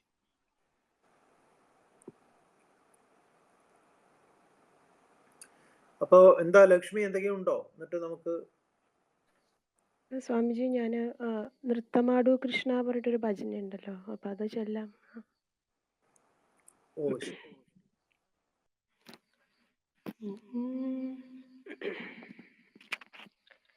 ഓ ನೃತ್ಯಮಾಡು ಕೃಷ್ಣ നടന മാടൂ കണ്ണ വെണ്ണതരാം ഗോപാല മുകുന്ദ വെണ്ണതരാം ഗോപാല നൃത്തം ഞാനെങ്ങനെ ആടും സഖികളെ ദേഹം തളരുന്നു നോവുന്നു കാലുകൾ ദേഹം തളരുന്നു നോവുന്നു കാലുകൾ നൃത്തമാടൂ കൃഷ്ണ നടനമാടൂ കണ്ണ വെണ്ണതരാം ഗോപാല മുകുന്ദ വെണ്ണതരാം ഗോപാല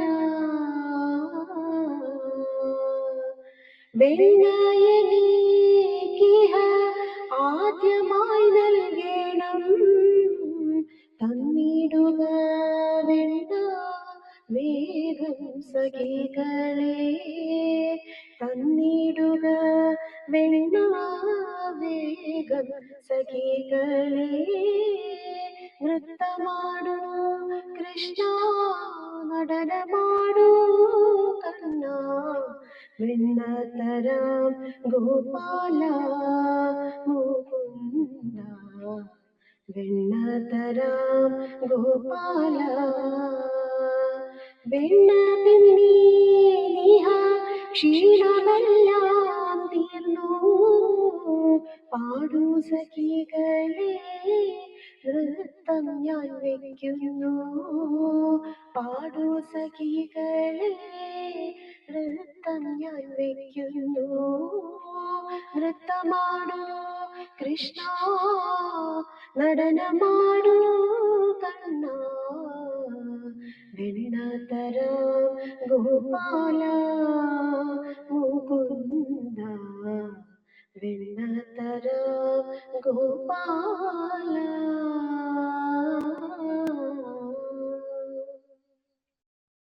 താങ്ക് യു സ്വാമിജി. അപ്പോൾ ഉഷാറായിട്ട് എല്ലാവർക്കും നമസ്കാരം. ഹരി ഓം ഹരി ഓം ഹരി ഓം സ്വാമിജി. ഹരി ഓം. എല്ലാവർക്കും ശുഭരാത്രി.